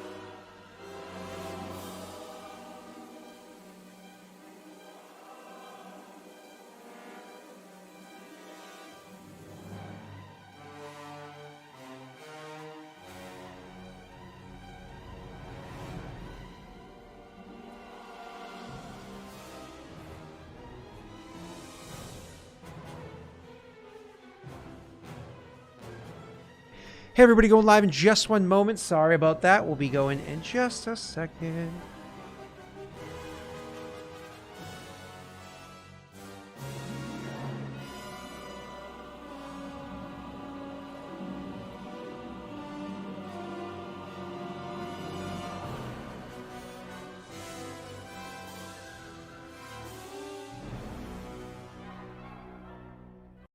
Oop, I pressed the wrong button. There we go. Wait, no! This one. I had to rekey my keys. Dude, that was so cool. I hope somebody clips that transition. I accidentally transitioned to the one that still had Wade frozen. And then I transitioned to the real one, and Wade's face was like in the exact spot, and almost, if not the exact face. It was perfection. Somebody please clip that sloppy transition. What's up, Pat? I would eat my chop. I still don't have my chops. Wait, I lied to you. I'm a filthy liar. There you go. Oh, Is that what I was doing? Right. Yeah, I think so. What the fuck is going on? Oh, You're alive! Oh my That's god! right. Oh, I killed him, babe. No, damn, We were- Sean. We were here the entire time. We just didn't blink or say anything or move. We're method actors. You guys thought Scott would do this whole D&D campaign without all 5 of us here? You're crazy. When you said 5, That's I like- skipped a beat. It was like 4. Oh. That's like a year ago lost initiative, not now. Pat's not feeling well, Scott. He considered you a person tonight. Yeah, I did. Apology accepted. All right. So, Wade's slapping me back, reminding me. Picking things up where we left off. Ripped away out of the hull. You have Mathis on the Corellian series, droid. It was Michael Mathis on the Corellian series ship, ripping away out of the hull of the Quate Systems Skyward and pulling off a thing and flying off. Now, you do have to be careful because there are still guns that are active on that ship. Yeah, you screwed up a whole bunch of stuff. You went down to engineering, you screwed some stuff. You screwed some stuff from the ship. You blew out whole power areas. You emptied out huge chunks to be there, but then you are brain's not working. I'm sorry, but then you are able to kind of like pull away from the area. So you guys are distracting me with a little side chat. So you are able to pull away from the ship. Now it's down to Michael Mathis to be able to actually navigate the ship out of the dangers to be able to get you guys to safety. So flying the ship as quickly as they can. He also has to quote unquote punch it, which is to hit it as hard as he can to get out of here as quickly as possible. I'm trying to get his sheet, which is right up here. Michael Mathis. It's against 3 purple, the punch it technique. And I'm going to go ahead and roll my piloting space. And with a bit of strain, and honestly, the ship can't really take much of it, the thing is able to just kind of blow out of there as quickly as it possibly fucking can. And then shortly afterwards, as you have L4D7 in the back area, both of them just kind of like trying to assess the fact that they actually survived with the whole cargo except for one. You left one behind, right, Pat? You didn't go back and get that one last one because it was too dangerous? Yeah, so you got... Yeah, well, I was rolling like ass to begin with. So you got 7 out of the 8 total, but you were supposed to collect 7 the whole time. You collected all these carbonite frozen peoples, creatures, whatever they are. You collected all of them, and you're literally like kind of catching your breath after everything that you just did there. You made me roll strength when I have 1 green dice, sir. Yep. So you're literally catching your breath there. As he does not believe in acrobatics. As Mathis comes walking forward, and Michael Mathis says, "Woo! Yeah, we did it. We did. I knew we'd do it." Michael Mathis. Where's everybody else? Is he talking to me? Or to us? To the 2 of you. Where's everybody else? They got left behind. More credits There's a for us, deep I threat guess. here. Yeah, if we leave now. We're already in hyperjump. You feel that?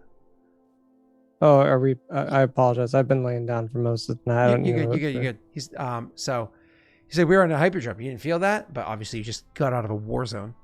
Yeah, but I'm a little shaken up. Lost 2 partners that I didn't really know. That damn Shun guy was starting to grow on me. He's like, whoa. You may have lost 2 partners, but you know what we gained? Not only a bigger My ship cut, back. he nods like, yeah. And look at this. You actually look down at a pile of just like junk that's on the ground. You see bits of armor. You see like weapons thrown down there. You see like a belt that probably has like a bunch of pouches with a bunch of personal stuff inside of it. He's like, while you guys were doing all that, after I took care of it, I just started walking around in the hallway and area and just started collecting everything I could. That's extra credits right there. Looking I was over wondering what you were doing while we were dying out there. I was doing my job. I kept them off your back. I kept everything safe and got us extra credits. Come on. Are we headed back to Nar Shaddaa? He nods. Yeah, that's where we're supposed to go. How long will this take? What the hell is that? He says, pointing at the row of things that you guys collected. I thought that's what the robot lady told us we need. That those were the supplies. Do you think what you grabbed were the supplies? And he would say that with air quotes. I thought I was adding on to the supplies we were getting. What the hell are I these? thought we were gathering actual supplies, not. Would he know that it is carbonite? I mean, that's a pretty well-known thing in the galaxy. Absolutely, Right? absolutely, yeah. Not carbonite bodies. They must be important to whoever they're going to. So he's must be. I'm a smuggler. I would, of course, know carbonite. Sorry. So, well, listen, my ship, my rule, okay? We're not thawing any of those things until we get to Nar Shaddaa. Now, listen, you go recharge, you go take a nap, make sure everybody's good, swing by the med area or the mechanics area. You guys get patched up. I've got things locked in hyperspace. I got it from here. You did your job. I did mine. We're all getting paid so much extra. Are they just sitting in the back of the thing? Or are they like clamped into the wall or something like that? They're just sitting there floating. Just like you don't want to put these away. They're not gonna He's float like, into a wall. Oh, it's rude of me to treat my guests like that. Looks over at L14 says, ship. I'll fixate it to the wall. I kind of know how this is done. Okay. And he shrugs and goes and handles the ship. Rena, what are you doing?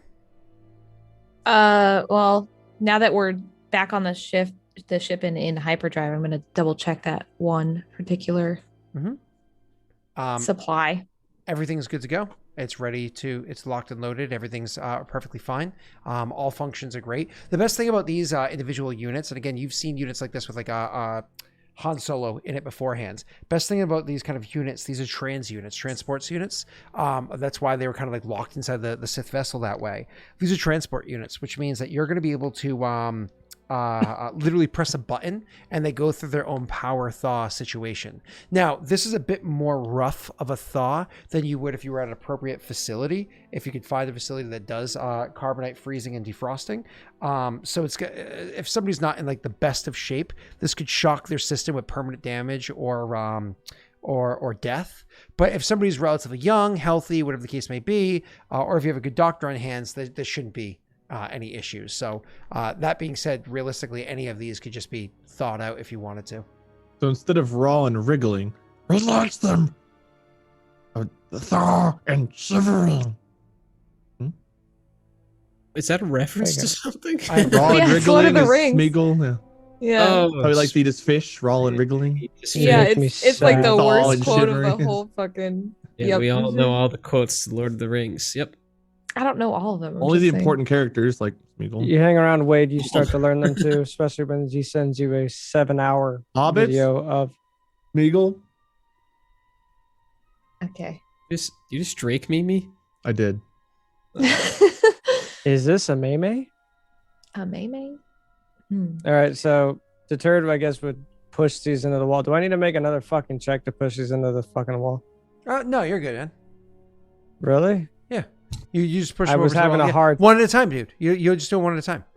It's like unclick one, put it there, click the next, and you're good to go. So I imagine a little bit of time passes, and eventually your characters are definitely going to have to go to sleep or whatever. So, Something else that I don't. Well, I don't think I that's do what I'm either. saying. Is eventually your character Pat is going to have to go pass out. What were you going to say, Rena? I was gonna say something else I would do is I like identify all of these like pick up whatever information I can off all of these. You unfortunately are not able to identify any of the other targets. I mean, Interesting. aside from like the race, sex, relative like age and whatnot. The relatives. The other This one details, had an aunt twice removed. the other details that are in there are all encoded, like their identification, so on and so forth. It's all encoded. So you're able to identify with the ID number what you were supposed to grab, and you have 6 out of the 7 you were supposed to get, but you have 7 with you, which is nice. So cool. But you're able to get that. But so eventually, of course, they go to sleep, and you don't have to stay awake during hyperspace. It's kind of like driving a Tesla. You can totally fall asleep behind the wheel while it's on autopilot. Don't do that. I'm kidding.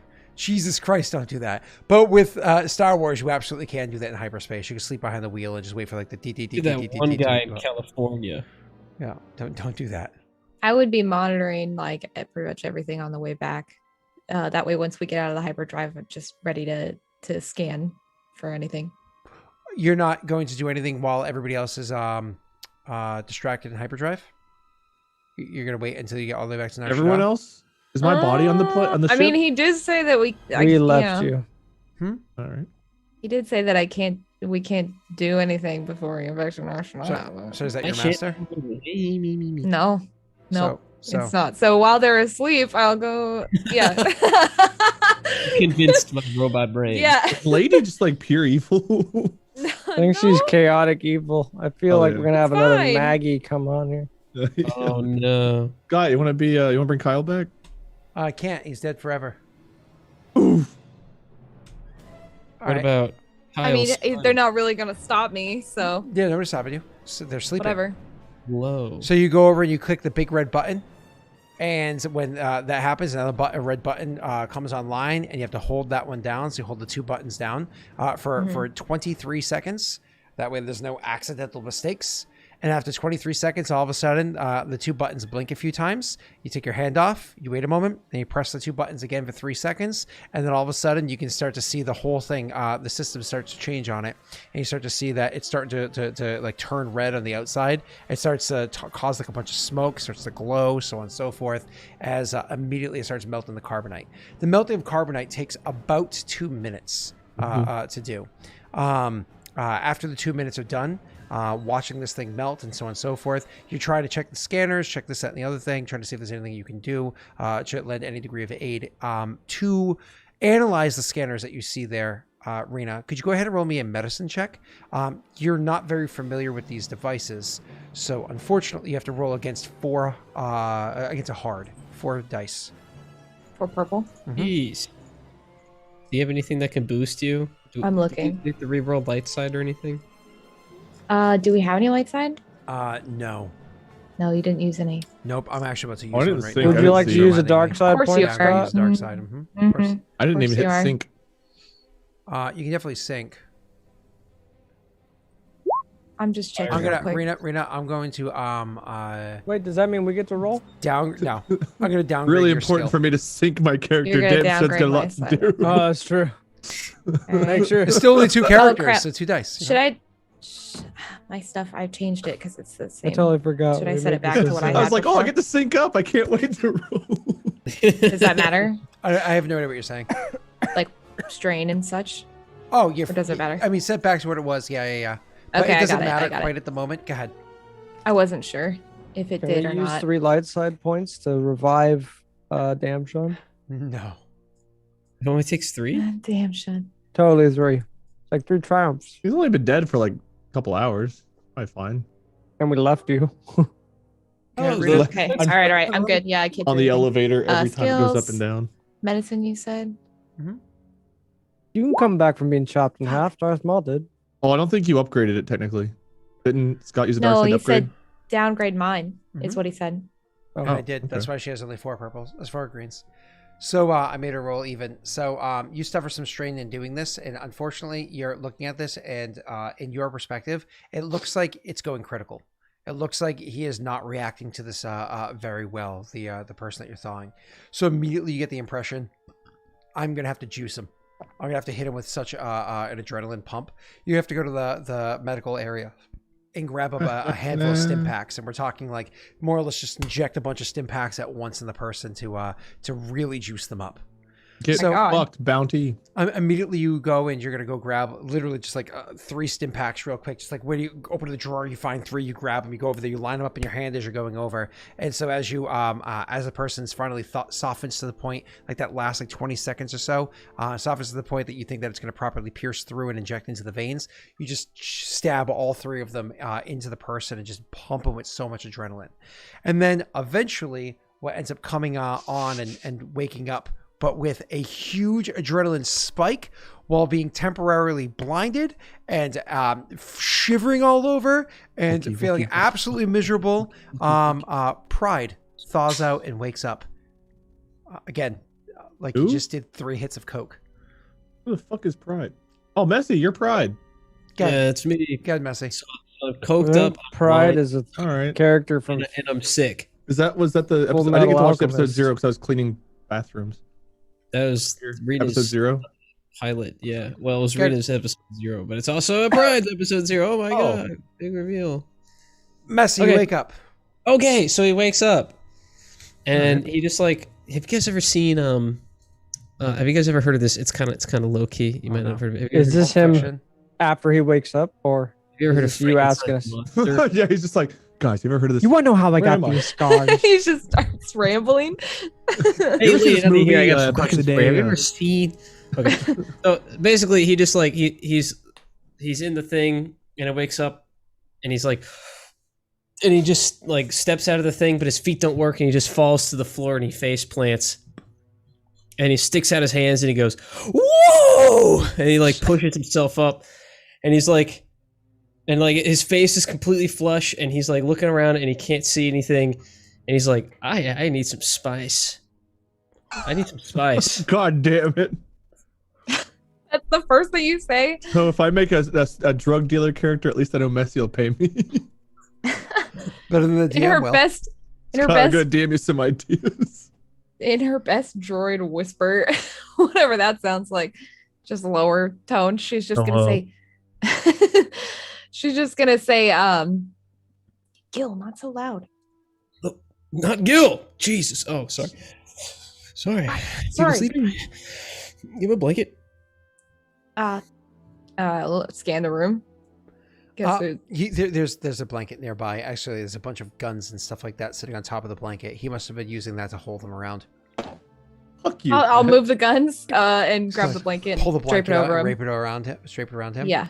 We're profiting off of him. Pat, you can go ahead and roll a perception check, 1 purple. Go ahead, guys. You keep RPing. I would like to say we're going to totally profit off of Pride because we rolled a 20. Okay. Boom. Roll that perception check. You guys RP. Is it 2 purple? 1. Do I get to roll? No. Okay. You know I'm going to rocking and completely. Is there an afterlife for Damshun? No. Do I see heaven? Oh, okay. and you put the blanket around him, and then he's like holding it, and he's rocking back and forth. And he just goes, I'll find one. And he gets up and he starts walking around looking for more blankets. And he's just like digging around through stuff, like moving stuff out of the way, and he's making all kinds of noise. Messy, could you go ahead? Could you go ahead? Can I let you just choose to use that advantage however you'd like? Who? No problem. Messy, could you go ahead? Can you roll for me a coordination check? Because, you know, you are clumsily looking around, but the coordination check, because you're in such a terrible state, is going to be against 2 red dice and 1 black die. All right. No problem there. I'm okay with that. Oh my that. god, acrobatics exist? Coordination. Can't be a Delric campaign. Nice. Easiest roll of my life. I found a lot of blankets. You have no problem moving around despite how shivering you are. How the hell can you... What? Do you see 2 reds and a purple or 2 reds and a black? How do you have 6? You have 6, not 5? How do you have 6 green? Yeah, I have 6. Yes. Oh, wow. I have You're good. You're good. All right, let's keep going. So, Bro, I can't shoot the side of a fucking anything. all right, let's keep going. So, you, No, hold on. If I even make this a 3 and I try to shoot something... Why would you shoot something? Still fucking failed. I hate my character. All right, so keep going. You guys are he goes around and finds like another blanket and gets it over himself, but he's actually being very careful, stepping around all the guns you just threw across the floor and whatnot. I'd say he's being careful, but really it's just he's like looking and he's stepping and he's looking around and he's like looking down and stepping. Like he's being careful, but at the same time he's not really paying attention to every step he takes. So sometimes he'll like be very careful putting his foot down and then he'll just like kick his foot out and look around and then go back to it. It's just like very not doing okay. But he seems to do all right. As he's looking around, she'll say, Pride, this isn't our ship. Now, Scott, how many blankets do I find? Sorry. You find one more. You're covered in 2 blankets. You're good. Yes. Thank God. Okay.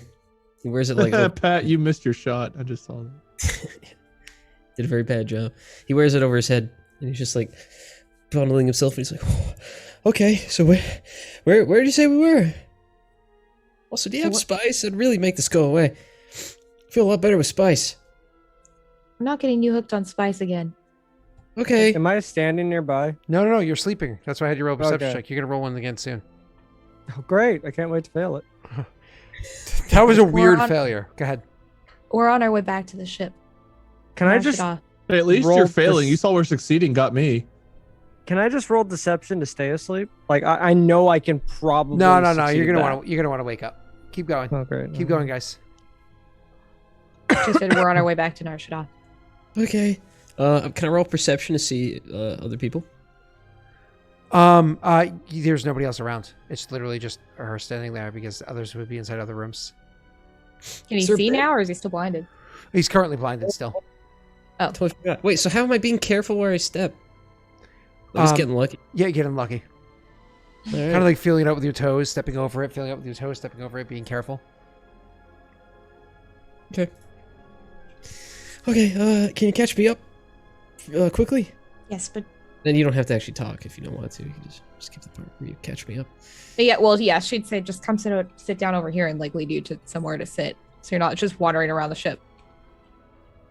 Is carbonite even worse back now than it was like when Han Solo woke up and his eyes were all blinded? It's about the same. It's the same thing, yeah.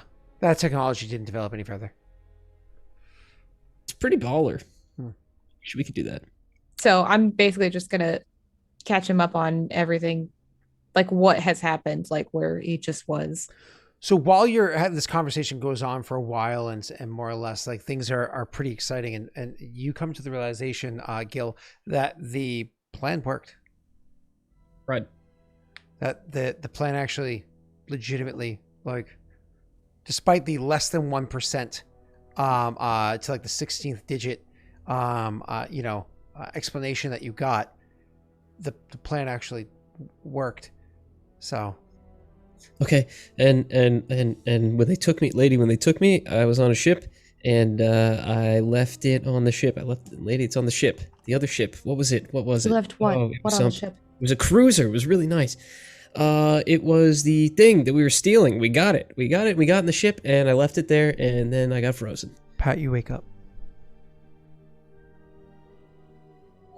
You hear voices talking in the other room.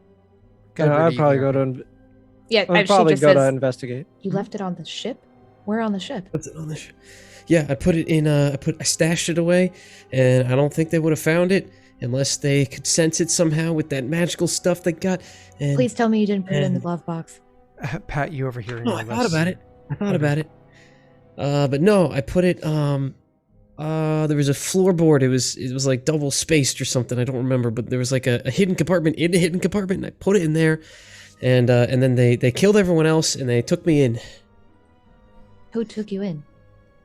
I was on Coruscant. There were some Sith guys looking real mean looking, real tough guys. You come walking in at this point because that's the mention of a Sith. I was You gonna say just I dealt with probably Sith. would have popped out at this point. You I was don't know gonna who the see hell if I this can roll voice a is. stealth check. Yep. Yeah, I was gonna be like, did you awaken one of our supplies? She'll Probably, like, stand. up. No, she'll both stand stand. up before you, like, because she's faster, obviously.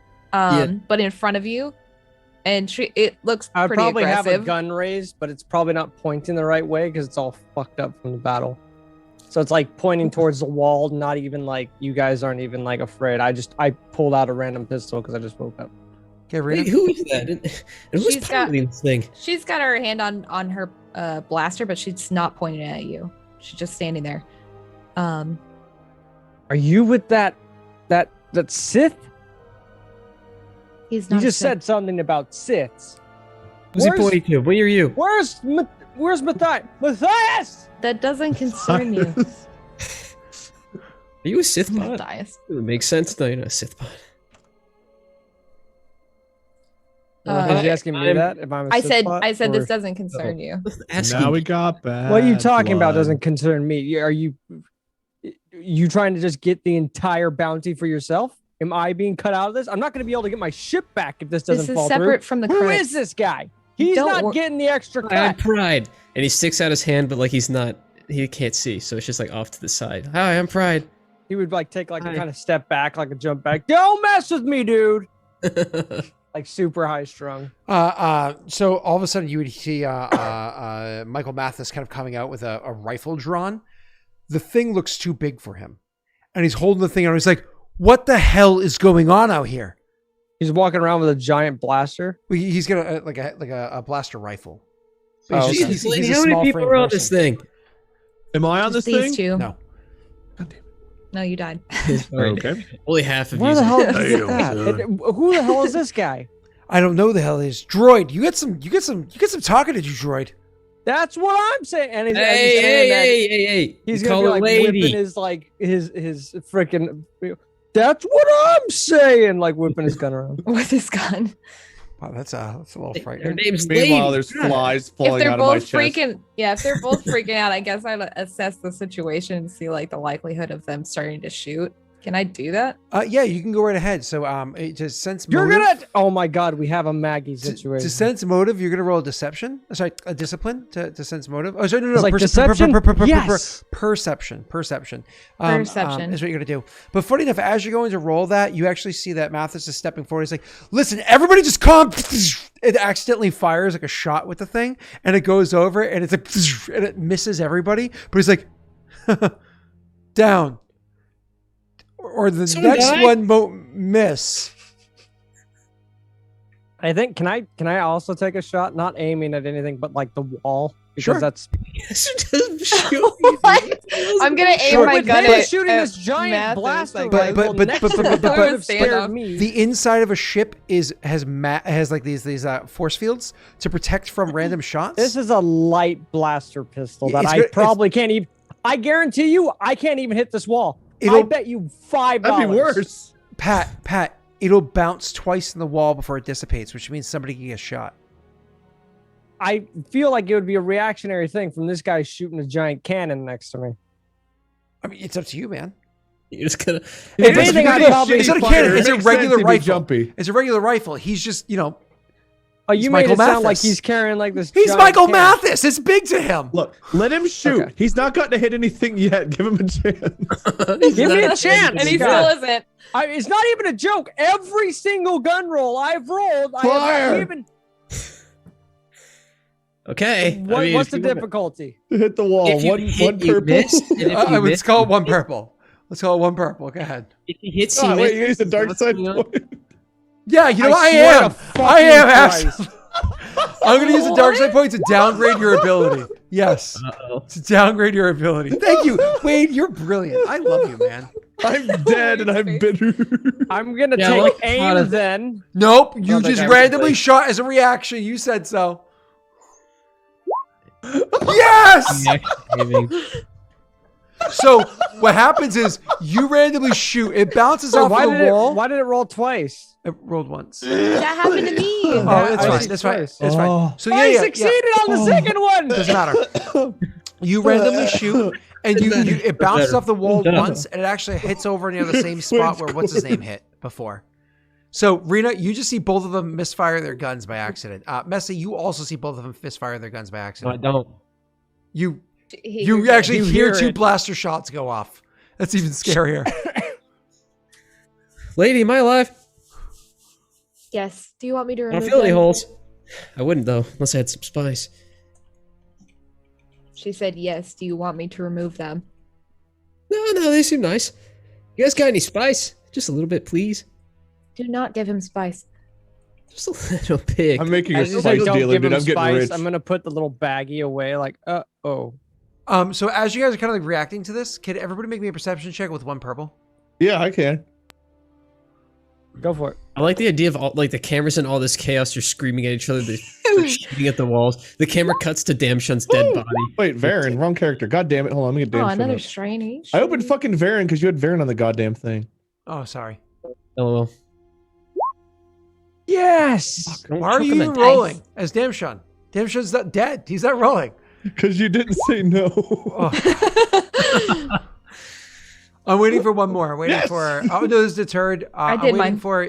Fuck that over there. Yes, see. So I have 34 Yeah, wounds roll. at a 15 threshold and 7 Okay. strain. One Am I still purple. dead? Fine. Roll, Mhm. Messi. Purple for me. I can't see. Correct. Okay.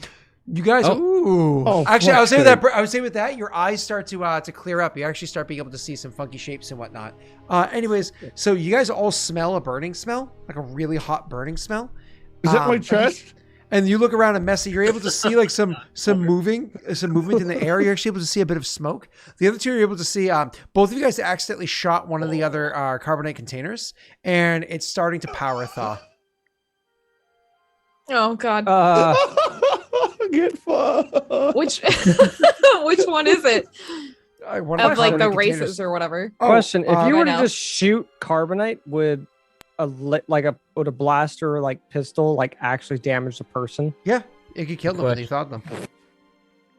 Well, thank God I didn't hit them. Because I couldn't, even if I walked 2 feet in front of the guy and shot, I wouldn't hit him. Your gun's not I can't that hit a damage, fucking- man. Your pistol's just more or less needs to be cleaned out. It's such an easy fix.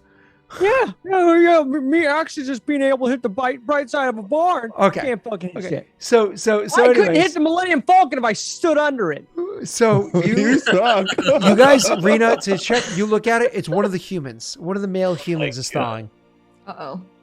Why are you the Um, one alive? You're so bad. I don't know why, because I ran like a coward.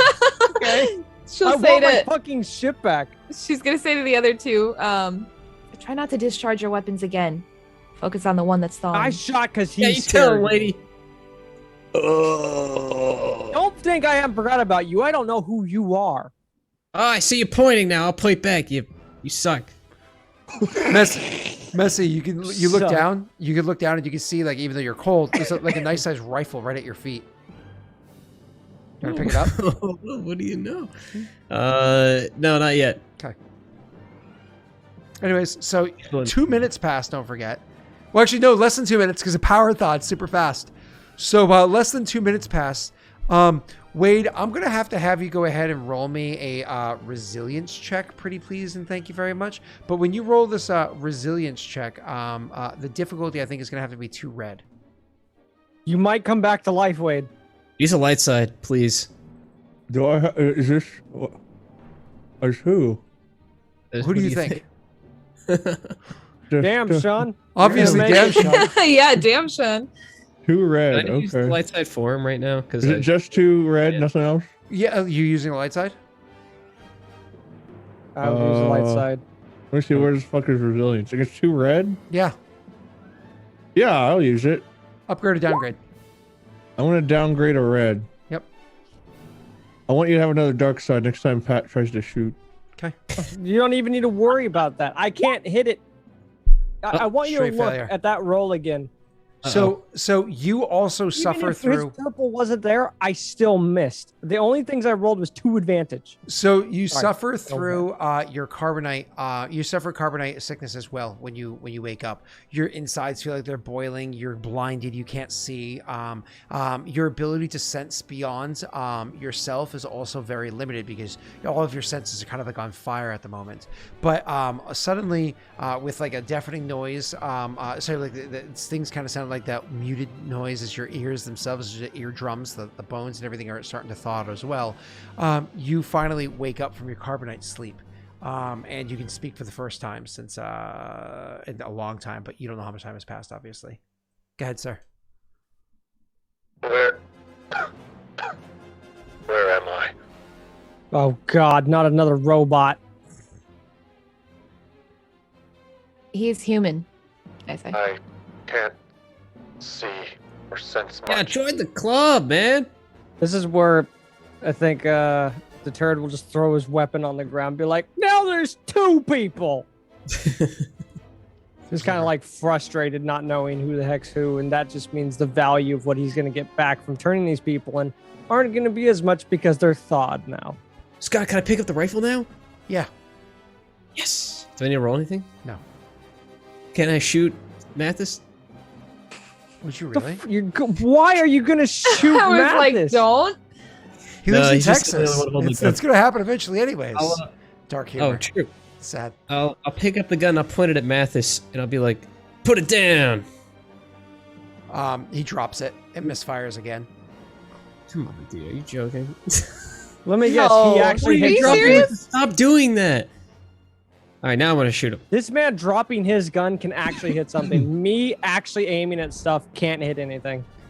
Are you actually going to shoot the pilot or no? No, I'm not gonna shoot the Okay. pilot yet. Perfect. So, go ahead, Wade. Yeah. Sorry. Are you all fighting? What is going on? You just Who do are not- you?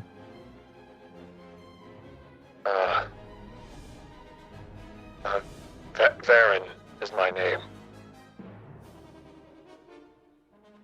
Hi, I Baron. was- I'm Pride. Where am I? You're on a ship with one confused ex-smuggler, and I would put a lot of emphasis on that as I don't want people to know I'm I remember if anything about like the last place I was. Mathis points at Varen and says, I hate to say this, but those look an awful lot like the robes that we saw on the ship. Pointing over at Varen, and how his robes look very similar to the Are Sith you robes. a I can't Sith? see very well. Can I roll perception to see if I see him pointing at me? You can definitely go ahead and roll me a perception check. For a different I think I'm really reason, bad I at need you. this. I need you to go ahead and roll me 2 purple for a different reason. 2 purple perception for different reason. Yep. Ooh, Try okay. but fail. You are not able. Actually, you're not able to see that, but you are able to sense the presence of 2 We're people. talking about you. Very, Oh. very, very familiar to you. You can sense where they are. You can sense that they're in an endangered state. They're cold. They're frozen in What carbonite. You can Have you done sense to them? Go ahead. Latorthal's fine. What? Fuck you, Pat. Hey, What have you done to them? pilot, where are you taking us, man? Where are we going? Nar Shaddaa. Who seems like they have can I roll to see who I think is in charge here overall? Yeah, you can definitely roll a what's that? Discipline check. Against I'm learning. No, leadership check. And that's going to be against, I would imagine, 1 purple to figure this out. To be fair. Okay. You discover there are 3 idiots and a droid. I was gonna say, would he know about the droid because she hasn't talked? I think I talked over Rena. Yeah, but you no, that's a good question. Have you talked to Rena? She hasn't. She hasn't. I talked. Oh, over you know her. that there's 3 Not idiots since all he- arguing not to- here, and you can't sense not a since he droid, woke. so you wouldn't Well, be able to know it's no, there. I take that back. I did say he's human. Oh, that's Oh, right. you did. So you sense But 3 that's idiots and as a he was droid. coming to. But would he have? Okay, whatever. So you imagine there is no central point of power, but maybe everybody thinks that they belong, that they're the leader. Clearly, it's Why me. are you dressed like a Sith? here, I'm gonna roll a D.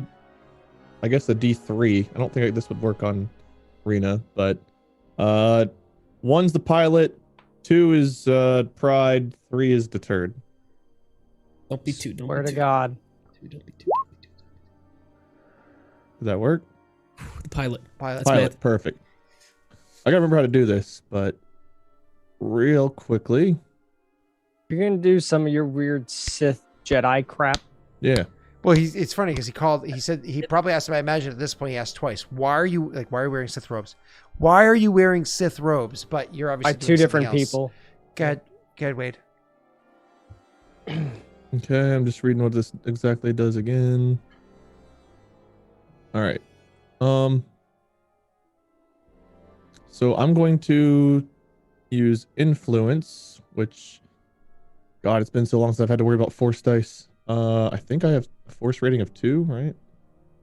And this should generate an automatic light and dark, so I'm not holding anything right now. Correct. So this should work.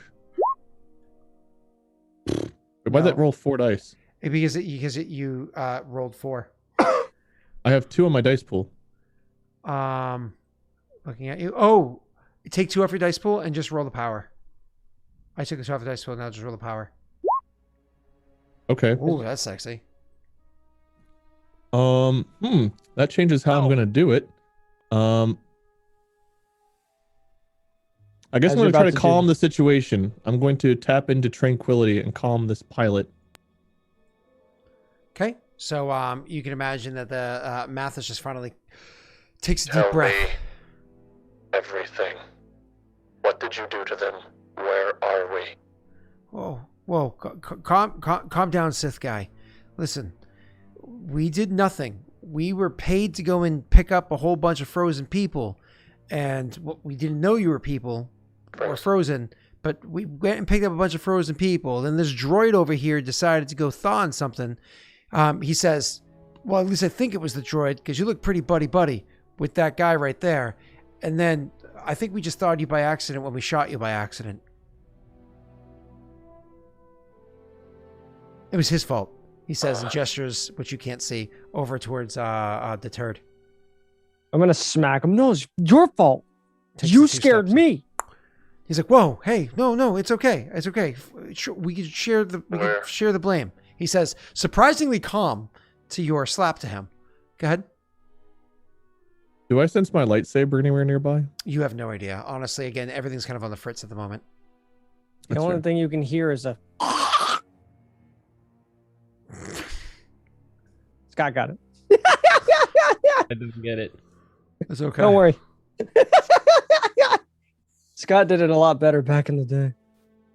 I don't really have a thing I can really do to try to get better sense of my bearings. So I guess I'll just kind of like look around for a moment while they're talking and try to figure out anything more about the condition of my companions. Understanding that your companions, where they are, you can sense them. You actually know the model. So you are very familiar with the types of carbonite freezing things that the Sith use, because you were Sith trained originally, and where they are, and being able to reach out with the Force to a limited degree that you are, you might be able to manipulate the device on one of those on one of the. I figured I could. I just wanted to get an eye. I wanted to see if I could see it, because I can't really do it unless I can see clearly. Right now, my vision's very fuzzy. You can sense everything that's over there. You can just reach out with the Force. So in theory, I could do this. Yes. And you also generate automatically 1 light and dark, so that's 4 blacks and a white. I don't think I need to do much more other than just use 1 light side point to press a button, right? Correct. So you can roll a dice if you want to figure out which one, but one of my 2 companions I want to thaw. Okay. So all of a sudden, you guys are kind of like talking and whatnot, and he's still trying to get his bearings. He still hasn't answered the question to you, so I'll throw this to you for a second, Pat. About he still hasn't answered. Well, you. as I see him turn around, Mathis started answering questions for like, him, touching around like the other carbonite thing. He's not even touching. He's actually still staying on the ground. He hasn't moved. I just moved my hand slightly. Oh, you're just doing this kind of like near the. I'm probably trying to be very subtle about it. I'm probably not being too subtle. I probably look like I'm falling over because I'm trying to hold my bearings. Yeah. But as he's falling over, he gets a moment right? just like. Are you pointing to where you sense things? Or you're facing? I imagine his body shifts slightly with angles or whatever it is, but he still can't see as of right now. So I'd probably slowly approach sure this Varen guy and just be like, "Sir, you," and I would kind of like poke him in the back of his back and just be like, "Sir, you still haven't answered. Okay, why are you wearing Sith armor or Sith robes?" You come and you physically touch him? Yeah. Yeah, I would come over and give you a nice thud, 2 pokes. I imagine like the push to the back of the head, sir. No, just straight on the back of the shoulder blade. Oh, okay. Are you gonna fucking push me away, you jackass? I'm going to slam you away because you came and touched him. So I just go hurtling like 20 feet back. So that's 3 light, 2 dark. I'm Wait, fine can you using move people? Yes. You asshole.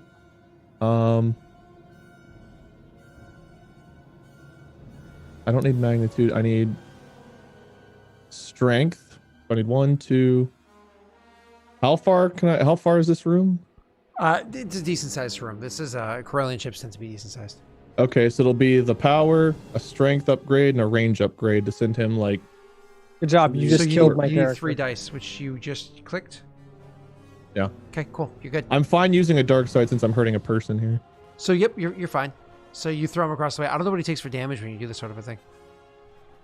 Oh god, we looked this up at one point. Either way, you throw him across like, the room. You throw him 2 range bands out. You throw him on a medium range band and smash him against the wall and hold him there. So you you go poke, and right as your fingers touch that second poke, you can literally see him get flown backwards, like, and like. So I imagine it's like one of these things. He's like stumbling around. He like fumbles to try to undo one of the carbonites for his companions, and he feels someone like come up physically go to touch him, and he immediately feels threatened and probably just turns and pushes his hand out, and you go flying.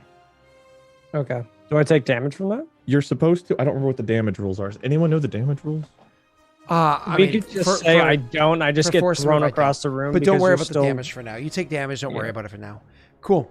What do you guys do is you see all of a sudden him magically fly across the room and smash against the wall, something that none of you have ever seen before. I mean, Messy, you kind of see this, and your character remembers something shortly before you are shoved into a hole in carbonite, like probably 2 days before you were put into carbonite before your trial.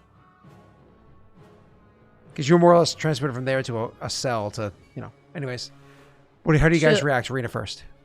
She was going to turn to Pride and say, this isn't one of the ones you saw, was it? He's doing some Sith-like shit. I think... For move, do I have to do a discipline versus discipline to actually physically do that? You do, but don't worry about it. It just works at this point. Been a long time. Yeah. But anyway, so anybody else say anything, messy or otherwise? As I hit the wall, I'm just gonna be like, fuck. Like as I hit the wall. Okay. So he smashes the wall, you let off. And then once again, everybody's attention is brought elsewhere, as all of a sudden you notice that another one is starting to thaw. Everybody except for, of course, Deterred's attention, who's currently like pinned against the wall. What is the kind of person? Human male again. These things seem to be chain thawing. I'm real happy you guys let me out, but I don't think we could let them all out. Well, I let you out. Thanks. He was an accident. With Deterred's like little last breath of him being on the ground. A confession. Last breath. How hard did I hit you? No, he's still alive. You threw me across the room when I wasn't expecting it. So I imagine I got the wind knocked the fuck out of me. Exactly. Yeah. So you guys here, of course, like you can't let them all out. How do people react after that? Does Varen say anything or do anything? I will free them and you will not stop me. Rena, when you hear him say that, you were actually checking these scans before to see how people were. You know that some of the people that are frozen are in horrible shape. So he said, I will free them. You don't know how many he's referring to, but you know that some of them, if they're thawed, they might not live. So I don't know if that's something that you would want to share. Yeah. I mean, yeah, because I don't really want to thaw them all out. The likelihood of their survival if you thaw them is rather low. I wouldn't do that if I were you. I already started one. Can I see? Oh, that one is all right. The one is fine. The others, I'm not sure. How did we end up here? And what do you plan to do? Oh, we got paid for it, actually. As I was kind of saying before, we got paid to go pick up some supplies that turned out to be you lot. And we'll bring you back to... What was that? We're a bounty. Well, I suppose you're not, or maybe you are. You're a means to get my ship back. You know, honestly, we're supposed to stop by another planet on the way between here and there, and some of you are supposed to be dropped off in that way. We have the designations, right? What's your name? L4D7? We have the designations of who's supposed to be picked up on that planet, so we'll figure things out at that point. Maybe we could split the credits.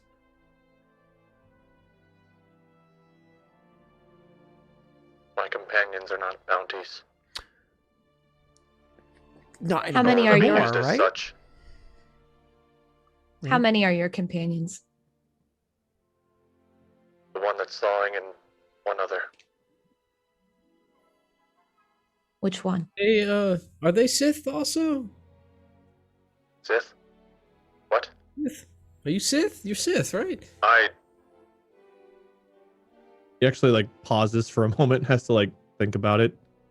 Okay, are they like you? I don't know or what are I they am. Like me?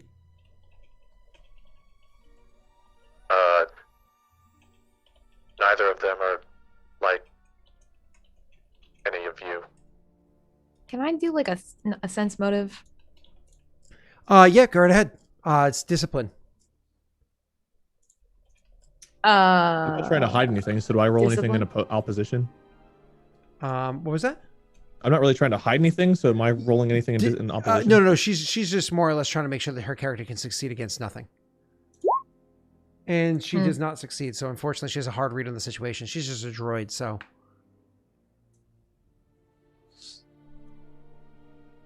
Do I know anything that I can tell them about how we ended up here? So yeah, I mean, obviously you remember some stuff, but it's going to come back in flashes, which we'll cover next session, right? That's fine. I just figure right now, if they ask, it'd be nice to have something. Speaking of whatever. No, you're fine. Speaking of flashes, all of a sudden the other carbonate person who was actually still standing up, their body comes flopping because the square piece that they're in was still up, and finally it thaws to the point where the person literally flops out onto the ground, and you hear like a hard clunk as bits of metal smack down onto the ground. Luckily, the next person that thaws out does have their vision. Not because their eyes aren't affected and they're not suffering through the sickness. He certainly is. But because his helmet has so many additional sensors and whatnot on there that can adjust for how his pupils are dilated and whatnot, he's still able to take in muted or enhanced in the different ways that are necessary. Daddy's home. So all of a sudden, the next person kind of wakes up, and the first thing that they notice when they wake up is the fact that they're on a separate ship, somewhere different from where they expected, which makes sense because they remember being shoved into a container to be frozen after watching Varen get frozen is the last thing that they remember. We'll get to that in a second. The second thing that they notice is they see Varen is huddled over and looking pained, which is a concern because this is an ally of theirs. The third thing that they notice, and the thing that probably pisses them off the most, is that somebody's holding their fucking gun. Thought the gun was on the ground, but it's below the pilot's. Oh, you don't get the chance. Oh, no, it's not the pilot that had the gun. It's somebody standing much closer has the gun in their hands. Are you talking about Dirt? I'm talking about Pride. Pride. You're holding my gun, boyo. What the fuck? You picked it up. How tall I'm aiming is it at Pride? Mathis, by the way. How tall is Pride? I'm also in front of him too. Not that tall. Okay. He's How tall is Lady? She's like 6 foot, like 6 foot Okay. 2. Wait, she's tall. Bato's dude. about 6 He's foot 1 taller as than well. me. Is Yeah. anyone aiming a gun at him? Oh, even if they did, bro, I've no. got so much acrobatics. I think I had my gun aimed at Mathis for like a hot second, but I'm not holding anymore. mine. Yeah. Yeah. No one's is aiming he a gun just, at me or Bato though? No, Is he just I'm not straddling aiming onto at it, you. like trying to like, or is he like That's you, properly Messi. holding? Messi, you got How are you you got a holding my blanket over your gun? head and a blanket around your shoulders. How are you holding the gun?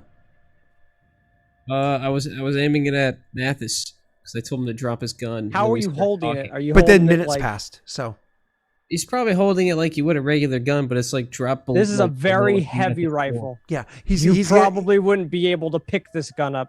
well, he's holding. He's probably leaned up Wait. against something, or whatever it is. But again, he's like huddled and holding it as best as he can.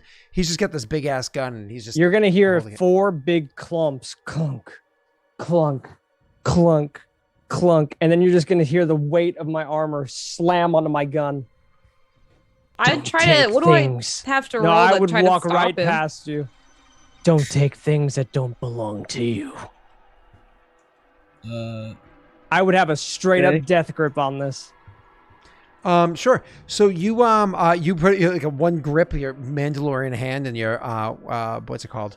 What's that armor called? Help me here. Because of the B. Beskar armor. Reaching down and grabbing the gripping the thing and saying, whatever it is that you just said. How do you react to Don't that? take- There, Pride? Don't take things that don't belong to you. I don't have a read on what's going on yet.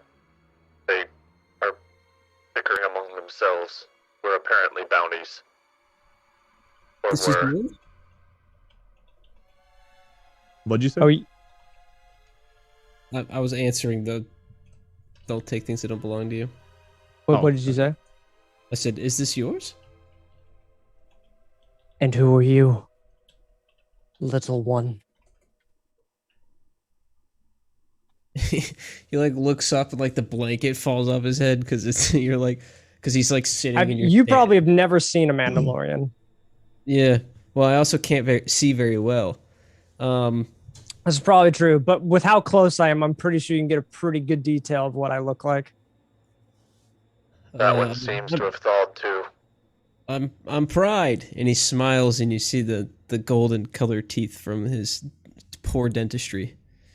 I believe he was also a bounty. A fellow bounty, Good huh? friends, right? I think. So does this mean we're allies? As I kind of like start taking the gun away from you. Yeah, he'll follow it up with his hands, like still holding it for a little bit, and then just, yeah, I think so. He'll give out a good, good, and kind of slap you on the back, but it's probably a little bit too much to just kind of like make you fall on your knee a little bit. You slap him on the back, and as he kind of like does that jump, because he's obviously very weakened at the moment, whereas you were able to thaw a little bit more easily. Again, Mandalorian are more sturdy stock than others, and again, you have many parts of your armor to enhance you in ways to compensate for the weaknesses you have at the moment. So that being said, you see across the way, Deterred is not very happy with all these people that are fucking thawing out, being thrown across the way and whatnot. Very quickly, he gets dissatisfied with one. What the fuck is going on? So I imagine he very quickly reaches down, picks up his blaster rifle. Well, he's got another one. He only took out one gun. So he which is a takes out his shitty gun, one. and he lines up a shot and starts firing. He just starts firing. He's done with what's going on. Do you need me to actually make rolls, or are you going to be? Yeah, why don't you actually roll cool versus vigilance between Bato and him? there's no fucking way. Vigilance is Bato. Cool is If Deterred. I heard, I'm just telling you right now, he wouldn't get a shot off if I were to hear his blaster charge up. Okay, so again, cool is Deterred. Vigilance is Bato. Cool is Deterred. Yep, and vigilance is Bato. Oh, I'm blowing myself away. I'm blowing myself so hard. Okay, perfect. Wow. Hey, don't blow yourself here. Okay, now why don't you? Oh, you weren't supposed to have. So that's technically one. So eliminate the purple die and then roll again. Oh, let me re-roll. Let me re-roll. Yeah, eliminate the purple die, and same thing over on Bato. Yeah. Yeah, I was gonna say, watch him get 2 successes. Nice. Yeah. Damn. Oh, yep. Okay. So actually, funny enough, Deterred gets to go first. roll in? Yeah, of course What's you can. difficulty? I don't remember. Do I have to roll cool, or do I get to roll vigilance for everything? It'd be vigilance, Vigilance. since he has the. He has the advantage. Yep. rolling now? So you Yeah, so actually go Deterred's against still good. Bato, or it doesn't really matter because you guys get to choose. You get to choose your initiative, as you know. I have my weapon. anyways, You don't. Deterred's going to go first, and he's clearly going to take a shot over at Bato. Who's Don't the worry, scariest he one there. won't. He'll probably hit like Lady or Pride Me. or something like Short range is 1 purple. Yeah, that. probably. Wow, Actually- we've seen this before. Can I use a light side point to? No, lower no, his. not for- I no. can't down. Oh. Go ahead. Light side. Sorry, get shot. 1 purple. Go ahead, take your shot. An easy shot. Hey! You actually shoot yourself for 6 points of damage. Hold on. What's your soak? Oh, it's stupid. My soak is 5, So you say you shoot yourself for 1 point of damage. but give me a second.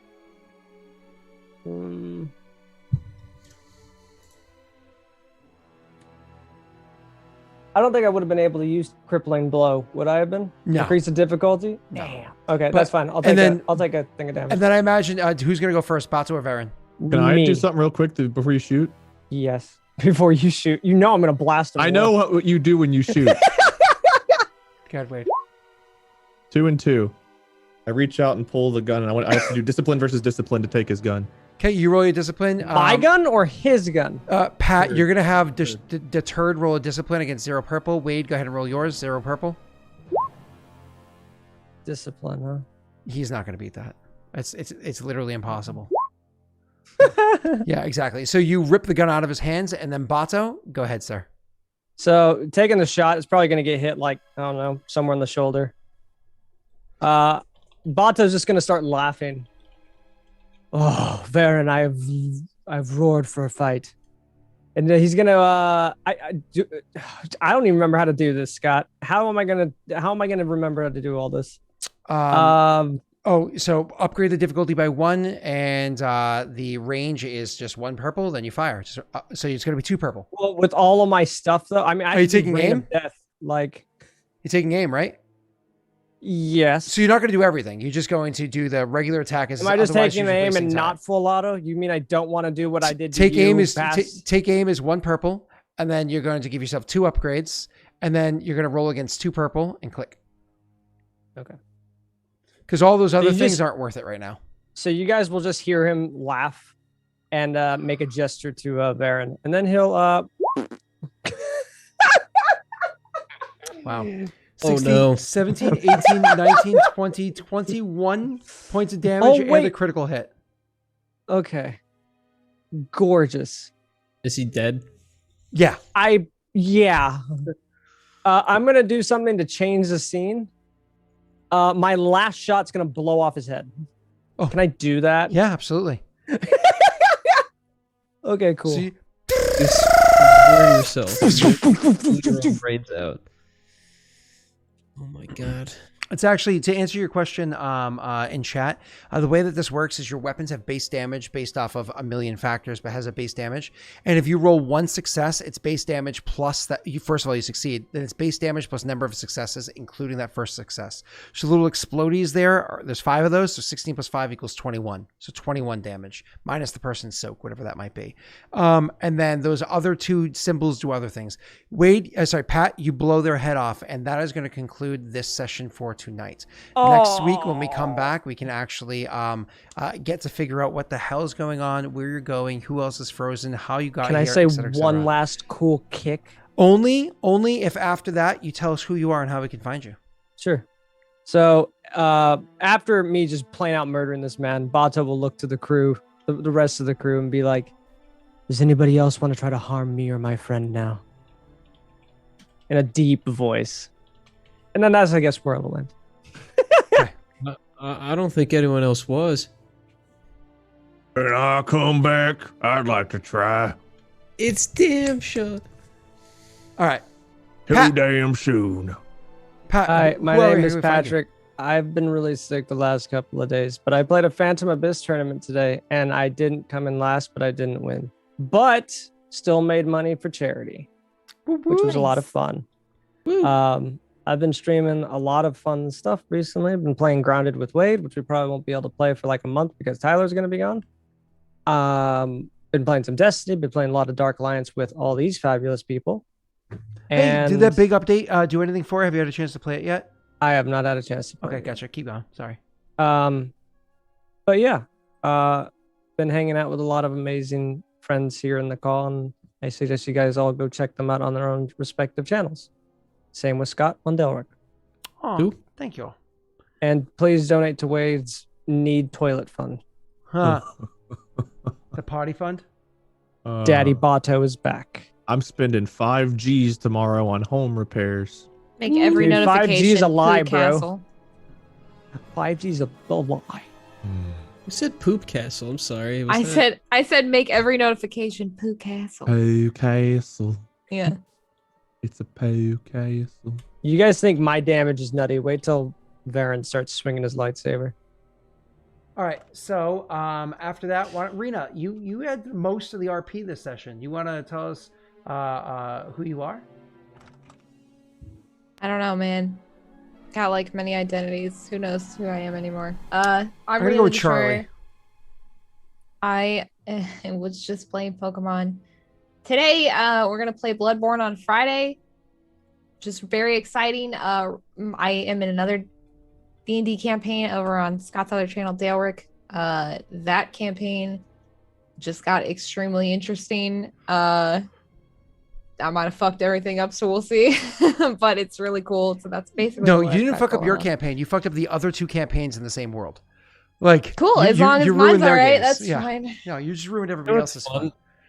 Every single time we do something really bad, it never affects us. It You never- never ruin it your own never campaign. does. You always ruin the other campaigns. Yeah, that's nice. That's why we are the way that we are, Scott. Yep. We get away with it. Just saying. Anyways, keep That's going. pretty much it. Oh, that's it. Yeah, Messi can say the other half. Okay, Messi. There's another. Not really. Hey, You're just gonna say the same same stuff. Bloodborne Friday, D&D Friday. We actually just had to start a new Pokemon run today. Another Through on the because third. I wiped Restart. again. And we got really good starters this time, I think. So definitely Interesting. come hang out. It's fun time. Pat. Sorry, not Pat. Wade. I'm Wade. I stream at twitch.tv/minion777. Plan tomorrow was I was gonna do like Phasmo for a bit, then switch over to GTRP. I actually don't know what my plan is tomorrow now because I've got a 5 to 7 hour plumber appointment. So I'm gonna be playing it by ear. I'm playing a lot of GTRP. What else do I don't know what else I do. I still post on YouTube. I have a podcast I do with Mark and Bob. We post we did our first ever live recording of a podcast episode yesterday. Nice. That's cool. We did a podcast. Okay. Yeah, we did like the 3 peens in a pod, but we recorded a distractible episode at the same time so that everyone got to see like the episode recorded live. So, Nice. Are you gonna keep doing that, or is it like a one-time thing? we might do it every once in a while. It was just something we wanted to try one time at least, as like a throwback to 3 peens. I'm interested to hear how it went on the down low. But go ahead. Sorry. Go ahead, Wade. Was there Yeah, anything I'm else? done. No, you're good. All right, cool. And then you know where I am. I'm Delric. I'm twitch.tv/Delric to see Aurorum, homebrew, all that fun stuff. And sometimes video games when my friends get to make me not sleep for work and do that instead. But speaking of, I need That's your sleep. fault. I have to get up at like 7 in the morning tomorrow so I can get ready and go blueberry picking with my daughter. So I need sleep now so I can go do it. Who are we raiding tonight? Let's go raid Bird. Sound good? Yeah? All right. Okay, if you say so. I'm excited for next week when we can finally delve into a little bit more backstory of how it is that, well, a little bit of backstory of how it is that Varen and Bato got here, and to really start to get into the story. There are a lot of elements here that none of these PCs knew about coming in, and just kudos to everybody with the little bits of improvisations that they had to do, kind of like running the story along as they go. I genuinely appreciate it. Huge shout out to Rena, who did a lot of the heavy lifting this session. Thank you so much. And Messi reacting to Rena in very hilarious ways. So next week, I imagine is going to be significantly more somber than the previous few sessions as we really start to pull in Varen, who is not doing so well at the moment. And we start to learn more information about what's going on in the world. All right. Thank you guys again very much. Catch you soon. Bye.